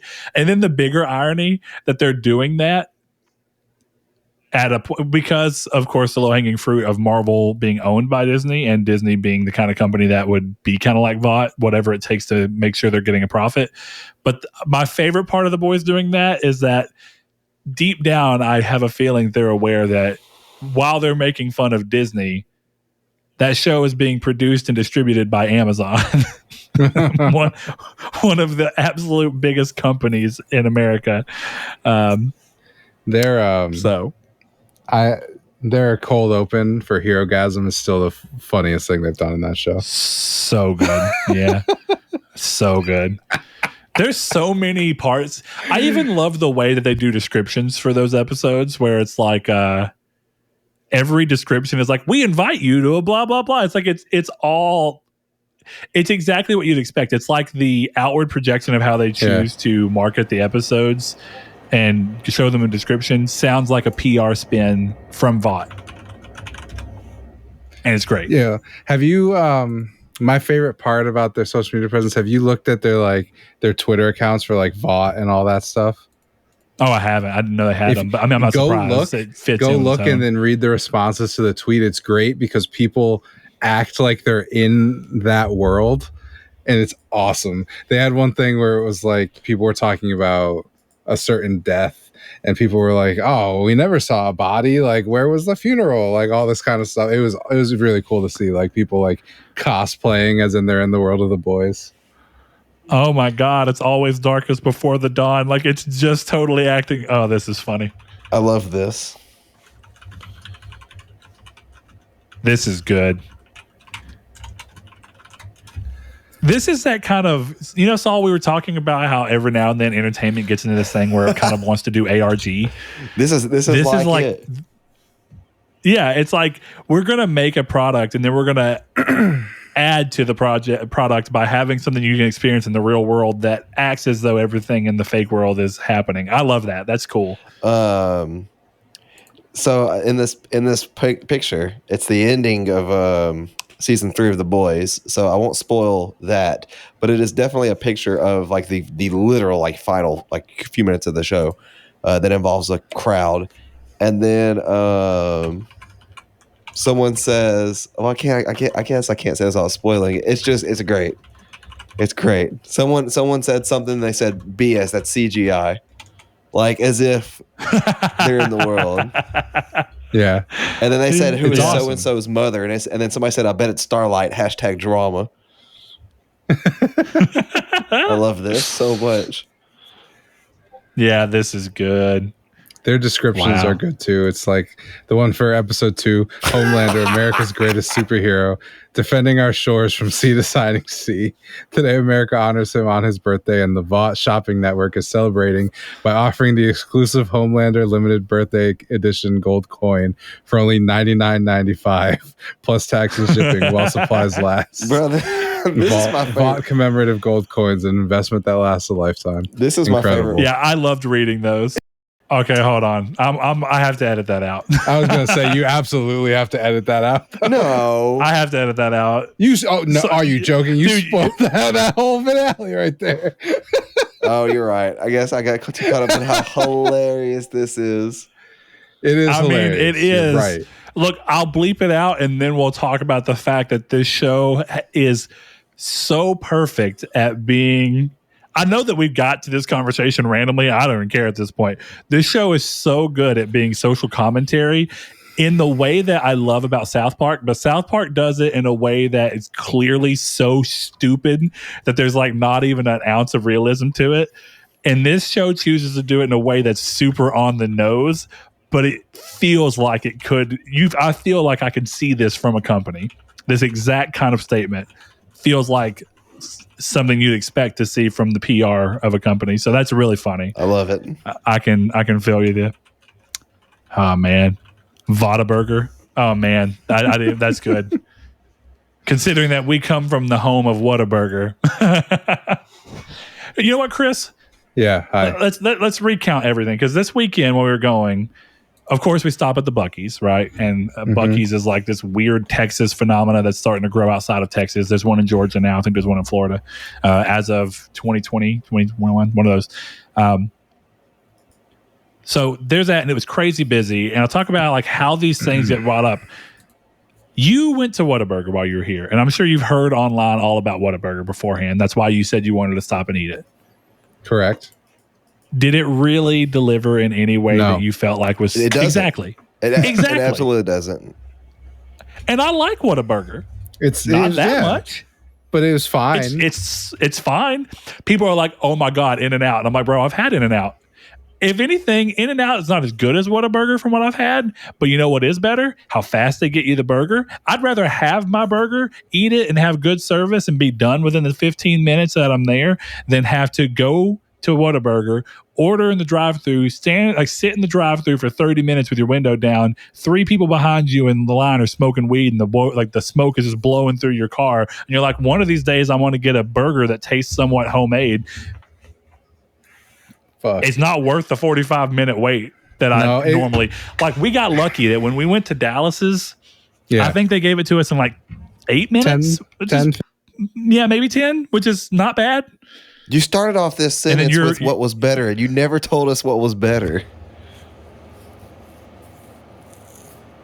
Oh, so what do you mean? What's the better in terms restaurant? Of between Whataburger? Between Whataburger and what? I don't know. I can tell you that I would have rather clearly eaten I'm off at of Wendy's again. Like when I think Wendy's is a better burger than Whataburger is. I swear the way you started that conversation was you were like, this place is better. I'd rather go here, but you never said what here was. Maybe I'm wrong. Okay, my overarching point for the whole thing, because I clearly did lose a little bit of thing, but the overarching point was it stemmed from Buc-ee's. And even though I stopped at Buc-ee's, because I know Chris doesn't have one, and they have those pretty good pretzels, right? They're good. Yeah, I love them. I like them. Big fan. I would not be upset if I drove to Dallas without. I drove to Dallas a week and a half ago for work, and I didn't stop at Buc-ee's, and I didn't buy any, and I was fine. And then you have this other group of people who I know who are like, every time we go to Dallas or anywhere with the Buc-ee's, we have to stop at the Buc-ee's and bare minimum spend $120. And I'm like, why? Why? Why? What is this? What is it? Like, well, we have to get shirts and knickknacks. Why? It's a gas station. It has gas station quality food. Higher maybe, but it's not. I'm not going to go and eat a Buc-ee's pulled pork sandwich and be like, that was better than a local restaurant that I can get anytime, because it's not. See, but it's all about price point, okay? So like I don't know if you guys have them, but we have Cumberland Farms here. And Cumberland Farms does, so I can go in there before work and get 2 pieces of pizza and 2 monsters, which is like my normal lunch, for $8. That is an unbeatable back deal. up. Did you just tell me that your normal lunch is 2 pieces of pizza and 2 monsters? No judgment. Well, no. I have 1 monster and then I have another monster for the rest of the day. But I have 2 monsters every day of my life. I'm a chef, bro. That's like Chris, your heart is going to give out. see, do you drink coffee? No, I don't. Well, then fuck you. But if people who drink coffee and talk shit on energy drinks, like my mom does this. She's like, oh, I hate that you drink those. I'm like, dog, I've seen you down 6 cups of coffee today. Leave me the fuck alone. Yeah, the only difference potentially is always dependent on how people drink their coffee, though, right? Like my grandpa used to talk about stuff like that. Like when I used to drink Monsters when I was really young, like 15, 16, when I drink them a decent bit, and he'd be like, those are ridiculous. But that man drank straight black coffee, and that's just caffeine. There, you know how much crap is in Monster that's not the caffeine that's probably still terrible for you?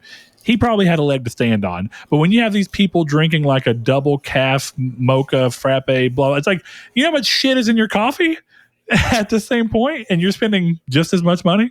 Like, you know, my grandpa was making crappy black Folgers coffee. He could say whatever shit he wanted to about anybody. My point is still that $8 for lunch is an unbeatable deal. 2 pieces of banging pizza, 2 monsters, $8. I'll tell you who has Great some banging lunch. pizza around here that I used to hate.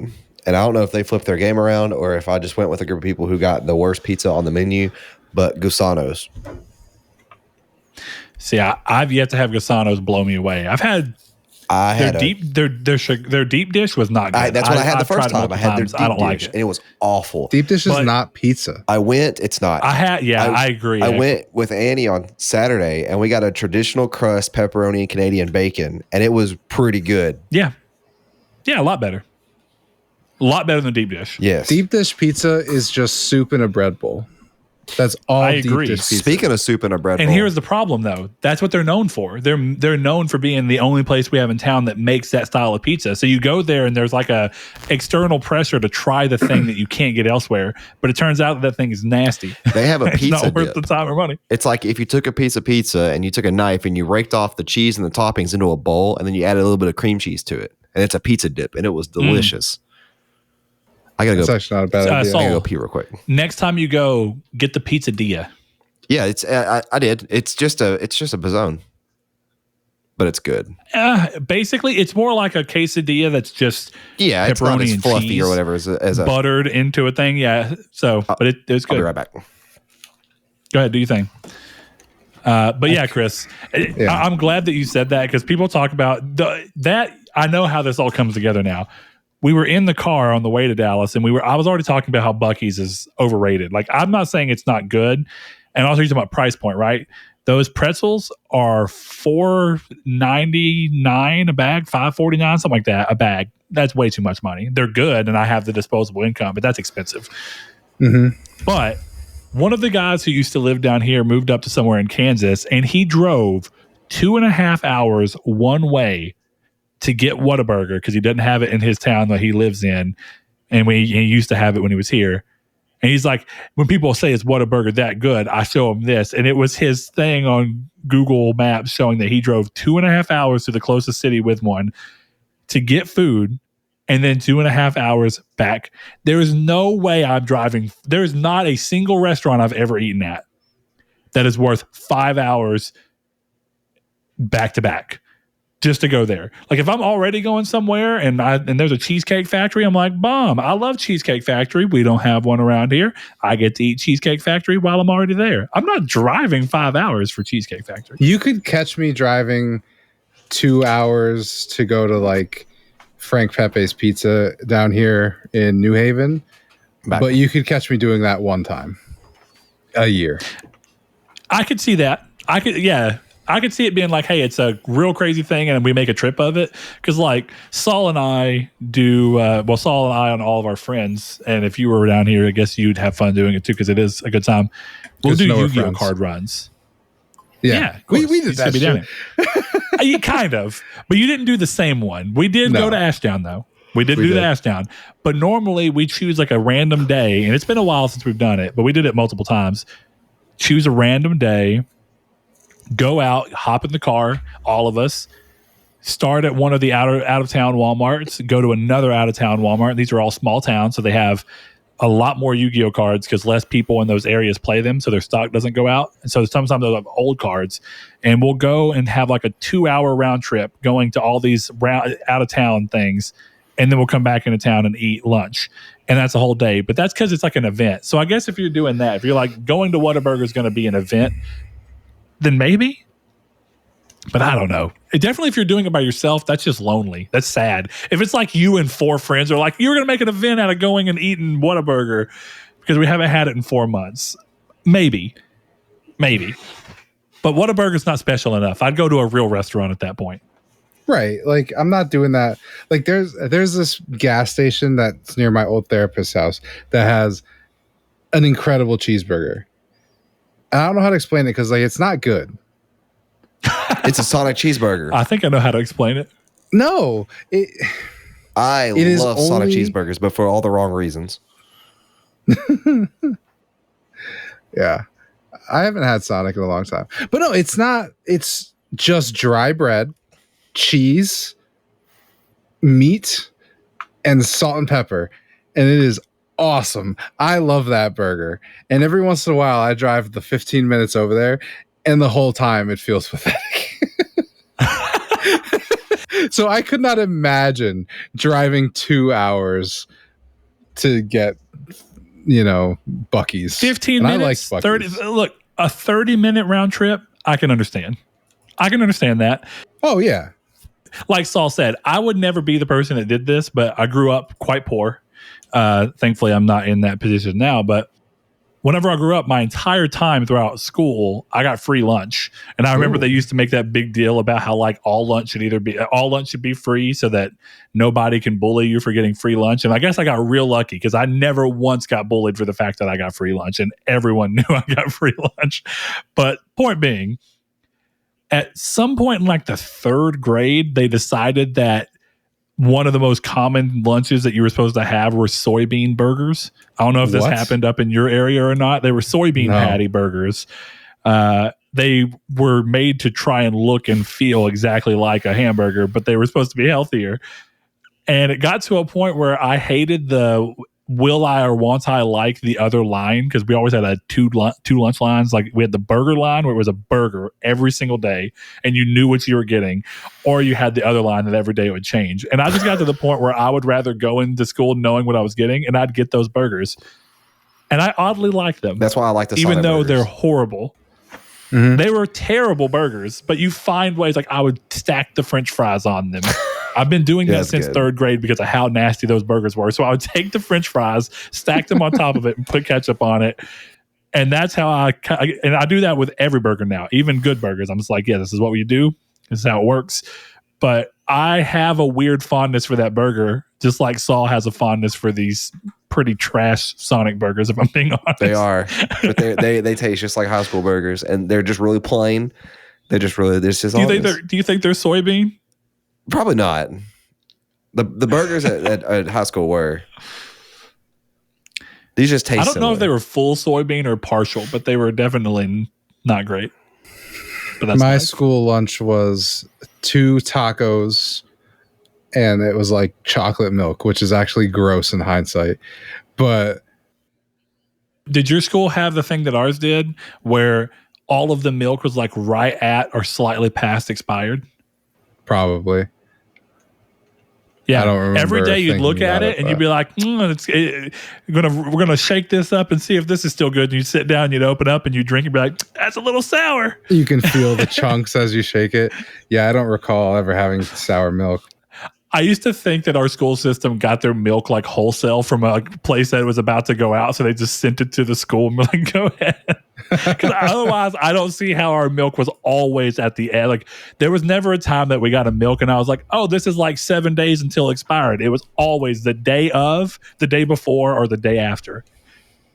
All the milk existed within a 3-day window of expiration, like really a 3-day total. Terrible. Did you ever have, in elementary or at any point in time, did you ever have bagged milk? No. I've never had bagged milk in my life. It's delicious. Saul, did they have bagged milk? Yes. I thought it was a pouch. It was foremost pouch milk, and you had to take the pouch, hold it still, You had to take your straw and hold the top and shove your straw into the bag. And that's how you got your milk. And then whenever you're done, you could blow it up and act like it was a tank. All sorts of stuff. It's fun. You just had milk, but it was a Capri Sun. But no, it's even worse because Saul, did you put a picture? No, that's something unrelated that we'll talk about later. Hold on. Foremost bagged milk. I want to see if I can find it. Milk. I'm gonna call it milk pouch because that's basically what it was. It was Foremost. It was like. It was. Best way I can describe it to you, Chris, is have you ever played a game, and maybe you haven't, have you ever played a game called Cornhole? Yeah, of course. Okay. You know how the bean bags are like, okay. You know how the bean bags are, I don't know what that means, but okay. You know how the bean bags are like little rectangles or like little squares that have like a pouch, like a pouch shape kind of? Yeah. Look, just look at this picture. I just posted it in there. Yeah, it looks like That's a milk Capri Sun. It even has the same straw.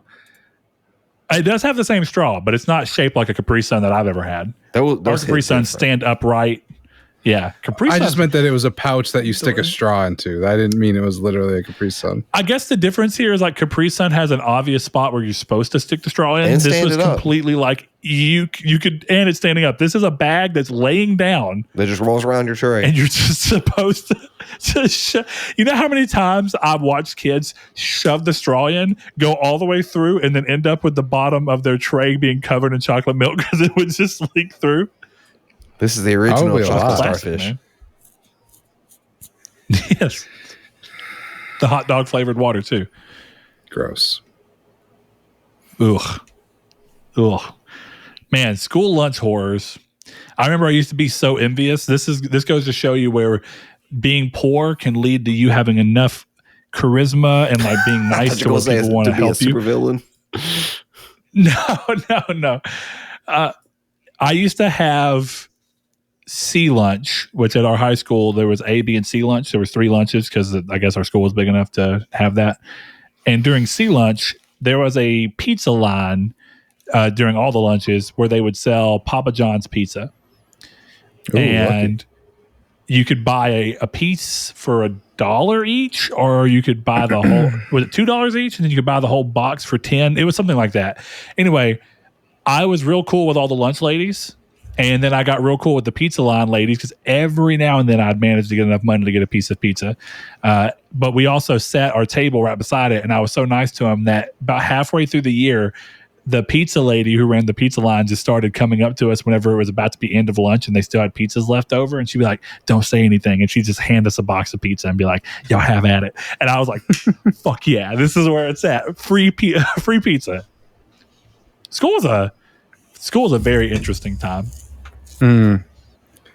Did y'all have a snack line? No, I don't think so. We had a breakfast though. What were you going to say, Saul? Go ahead. No, I was going to say I actually don't remember the transition I was going to make, but I was going to transition. Well, I'll tell you what we can do right now. You don't got Saul. You don't got pouch milk. Can't be friends with you no more. Oh man. Saul's gonna leave the show if you keep this up. Gotta leave the show. Okay, shit. I guess we'll get on to like the real thing. So obviously we've been joking all episode about me leaving the show, and it's true. This is my last episode. This is no joke.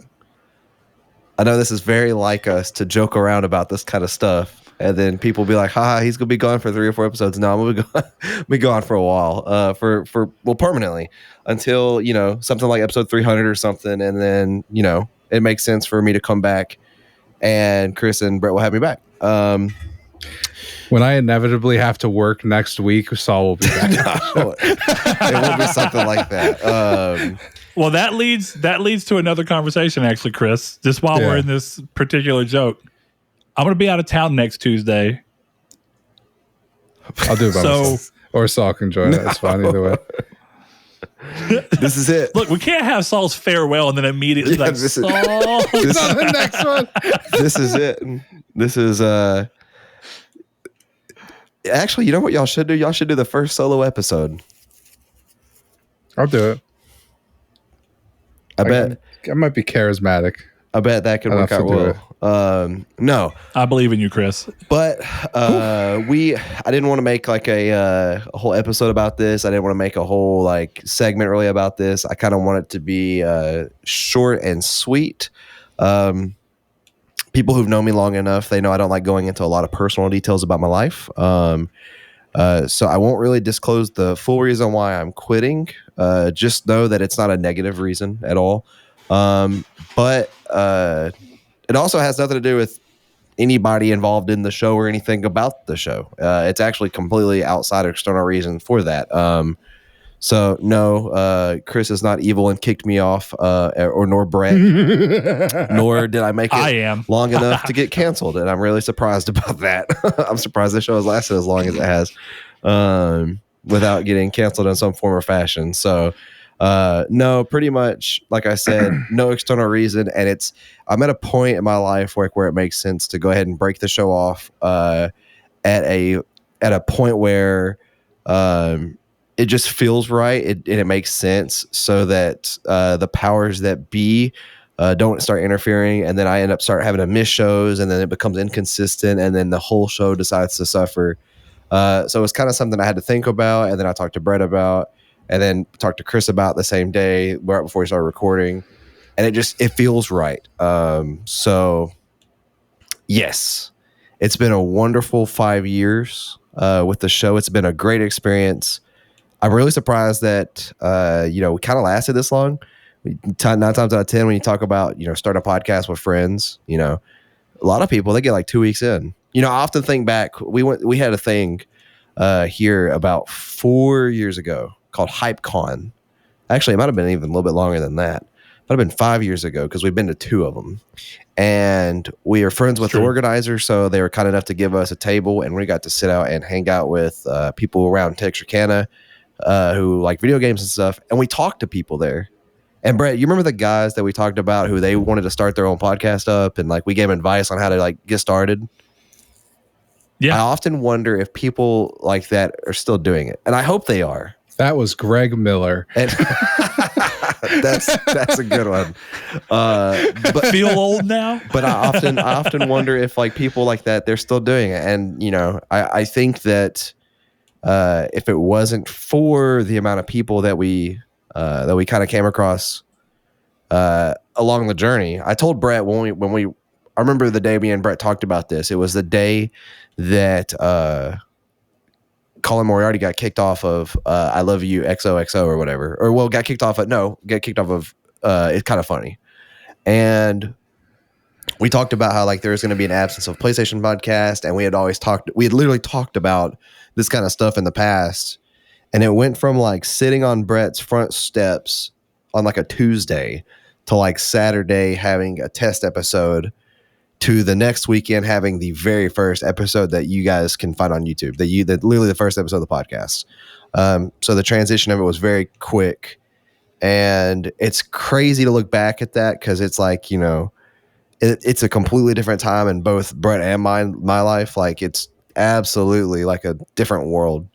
And I told Brett the day that we talked about it, when we sat on the steps, I'm like, if we don't do anything, if we don't go anywhere within like 6 months, I don't want to just be doing this to be talking into the void with no listeners. And, thankfully we had listeners, so we just kept going. And, a lot of people, I've made a list, and I'll get to that here in a second, but a lot of people helped motivate me and Brett, I'm sure. But it's been fun. It has. And I'm getting a little emotional. I didn't think I could get emotional for something like this. So it's been fun. I think Brett can agree to that, right? Yeah, dude. I've had a blast doing this. I mean, if we peel back the curtain, I don't think any show can go on forever and act like there's not things that happen.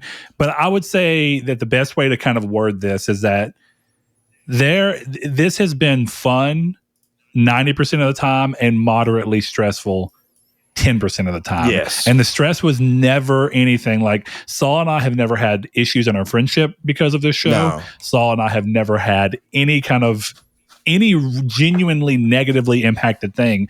But like Saul said, we're at different parts in our lives. So a lot of the frustration comes from trying to figure out how to balance the love of getting together and doing this with making sure that you get to do things in your day-to-day life. And because I, of course, respect Saul's wishes, I know he doesn't like going into his personal stuff.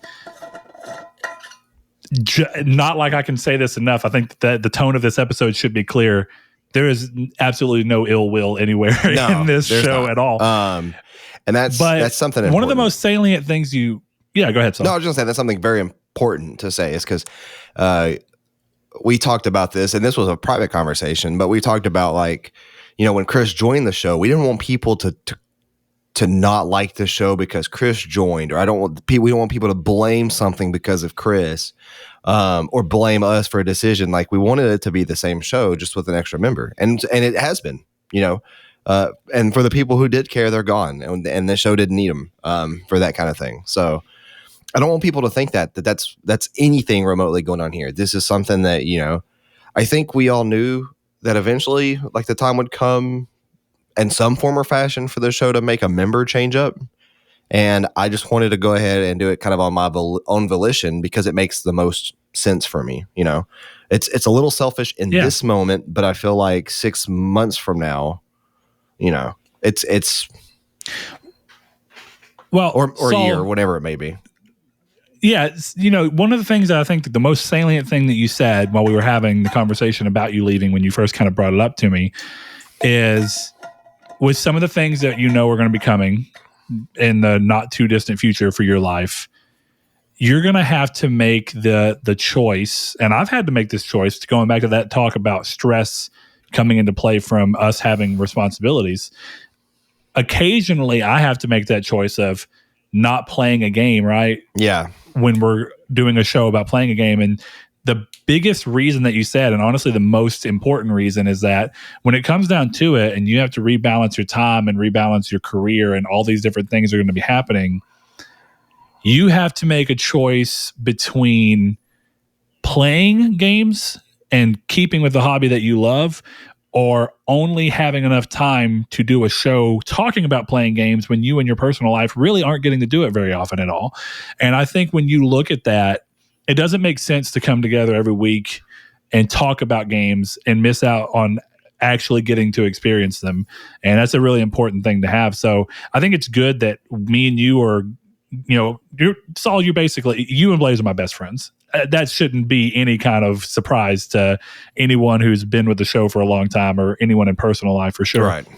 But, you know, when so many podcasts and endeavors like this end from people being essentially separating from each other, the best thing I can tell you is that Saul, this will be Saul's last episode, right? He may come in here and there. Saul's always welcome back. So anytime that Saul gets a wild hair and wants to hop into the episode, no problem. Saul has already said that he'll likely try and make it a point to try and be on the big milestone episodes that we typically do, like 350, 325. I'll still be on Discord, 300, all that kind of stuff. I've kind of, I'm sure people, I don't know if people have noticed or not, like, our Twitter has always been in a weird state of engagement, but like, I haven't been on Twitter in like 6 months. And that's just because I'm not a fan of social media. I haven't had a Facebook. People know that I haven't had a Facebook since like 2010. And I noticed that the same kind of trend of just like opening up an app just to scroll through it and then seeing the things people are saying, like, affecting me, like, mentally, like, you know, as all social media does to everybody. I just don't like it. So I noticed this started happening with Twitter. So I was like, I'm going to only keep Twitter on my desktop so that, like, when the show comes and we need to record for like the episode for like Community's Take, it's on my desktop or my laptop. It's not on my phone.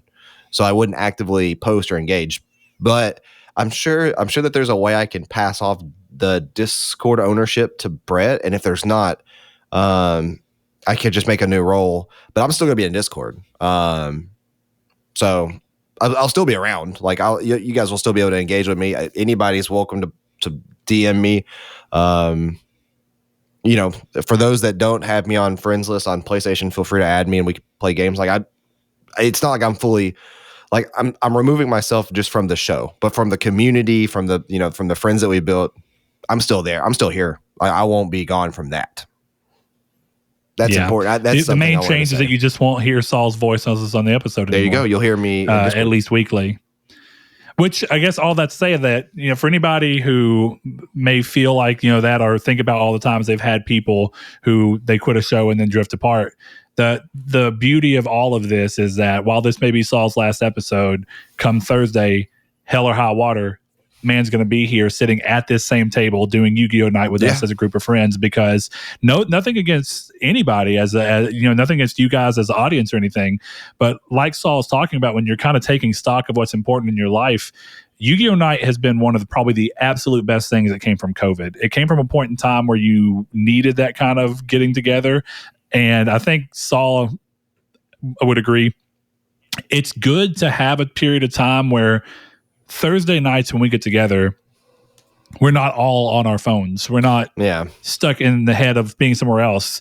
It's 4 to 6 people, depending on what's going on, getting together and just interacting with each other in a real space. Yeah. You can play Yu-Gi-Oh! Master Duel, and we talk about that all the time, but it's not the same. I think Saul would agree, and everyone in the group would. There's something so fun about physically getting together, physically having the cards, being part of it and being in the moment and not having to rely on technology for that. Now, of course, I'd be a fool to act like we don't. I use my phone.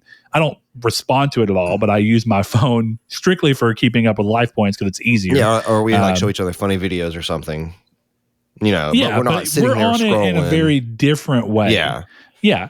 It's part of the hangout, and that's such an important thing. So again, when we're talking about making time for things, it's like if something had to go first, Yu-Gi-Oh! Night or the podcast night, I too, if I found myself in that position, would say, well, I love the podcast, but ultimately being able to communicate with my friends who are around me every day is more important to me than having to get together every week to make a show that you guys listen to. And I'm honored that we've gotten to do that for so long, and that I and Chris will still continue to do that. Yeah.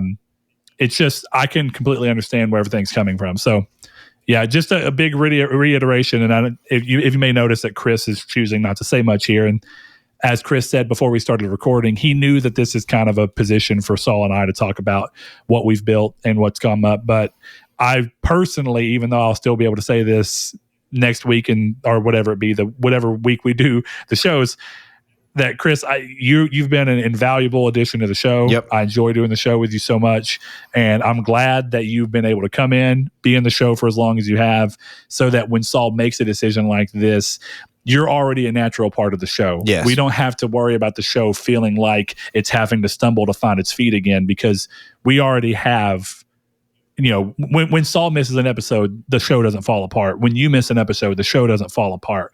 And I think that that's proof that the show works with all of us, but it also works when one link is removed. And that means that the show has its own footing, and that's a good thing. So I'm glad you're here. I know that you've been being quiet, but I speak for Saul very likely when I say that we appreciate you. Yeah, thank you, Chris.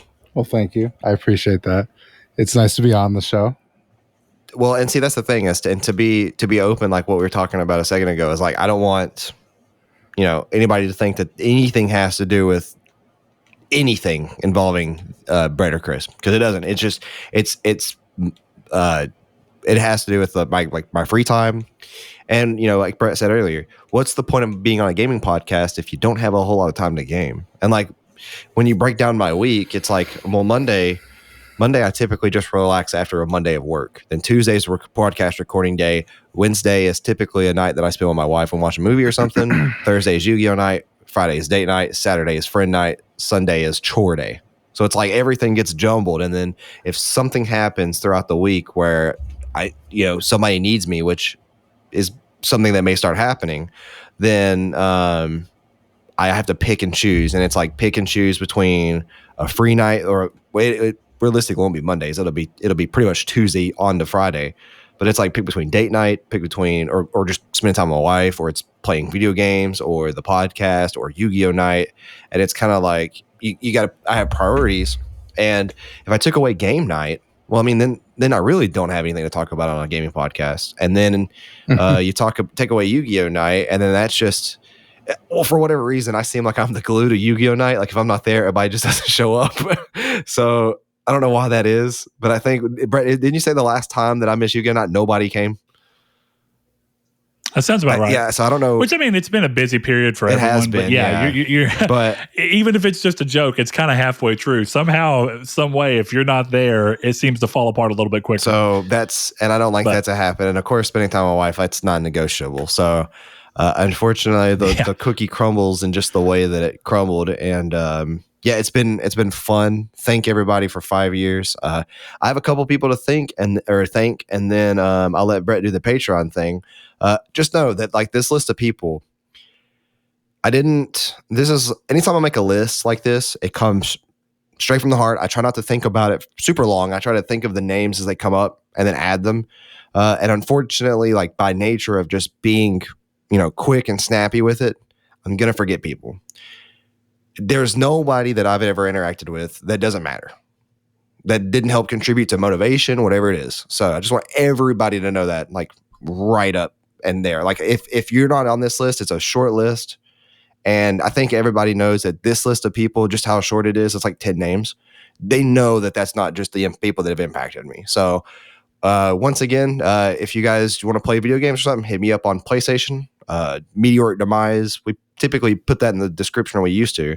And Discord. It still is. You'll stay there in perpetuity. Don't worry about it. I'll be in Discord. So I'm still here to some degree. I'm not, fully gone, but Saul will now he'll join Blake as the ghost of Saul. We have a cadre of ghouls for the podcast. There needs to be an upper echelon of that. But once again, thank everybody. And Phantom of Saul. And thank these specific people. Thank you, Ryan Jones, Admiral Austin, a.k.a. Jonathan or John. My name is Dan, Kiki, and Vince, Randy H., a.k.a. RJ Loki, Josh Shoop, Liam, Sean One Neo, No Fate, Sean Santarude, Shadowist, Gideon of Vita Island, Kyle Grimm, and Sergeant Stan.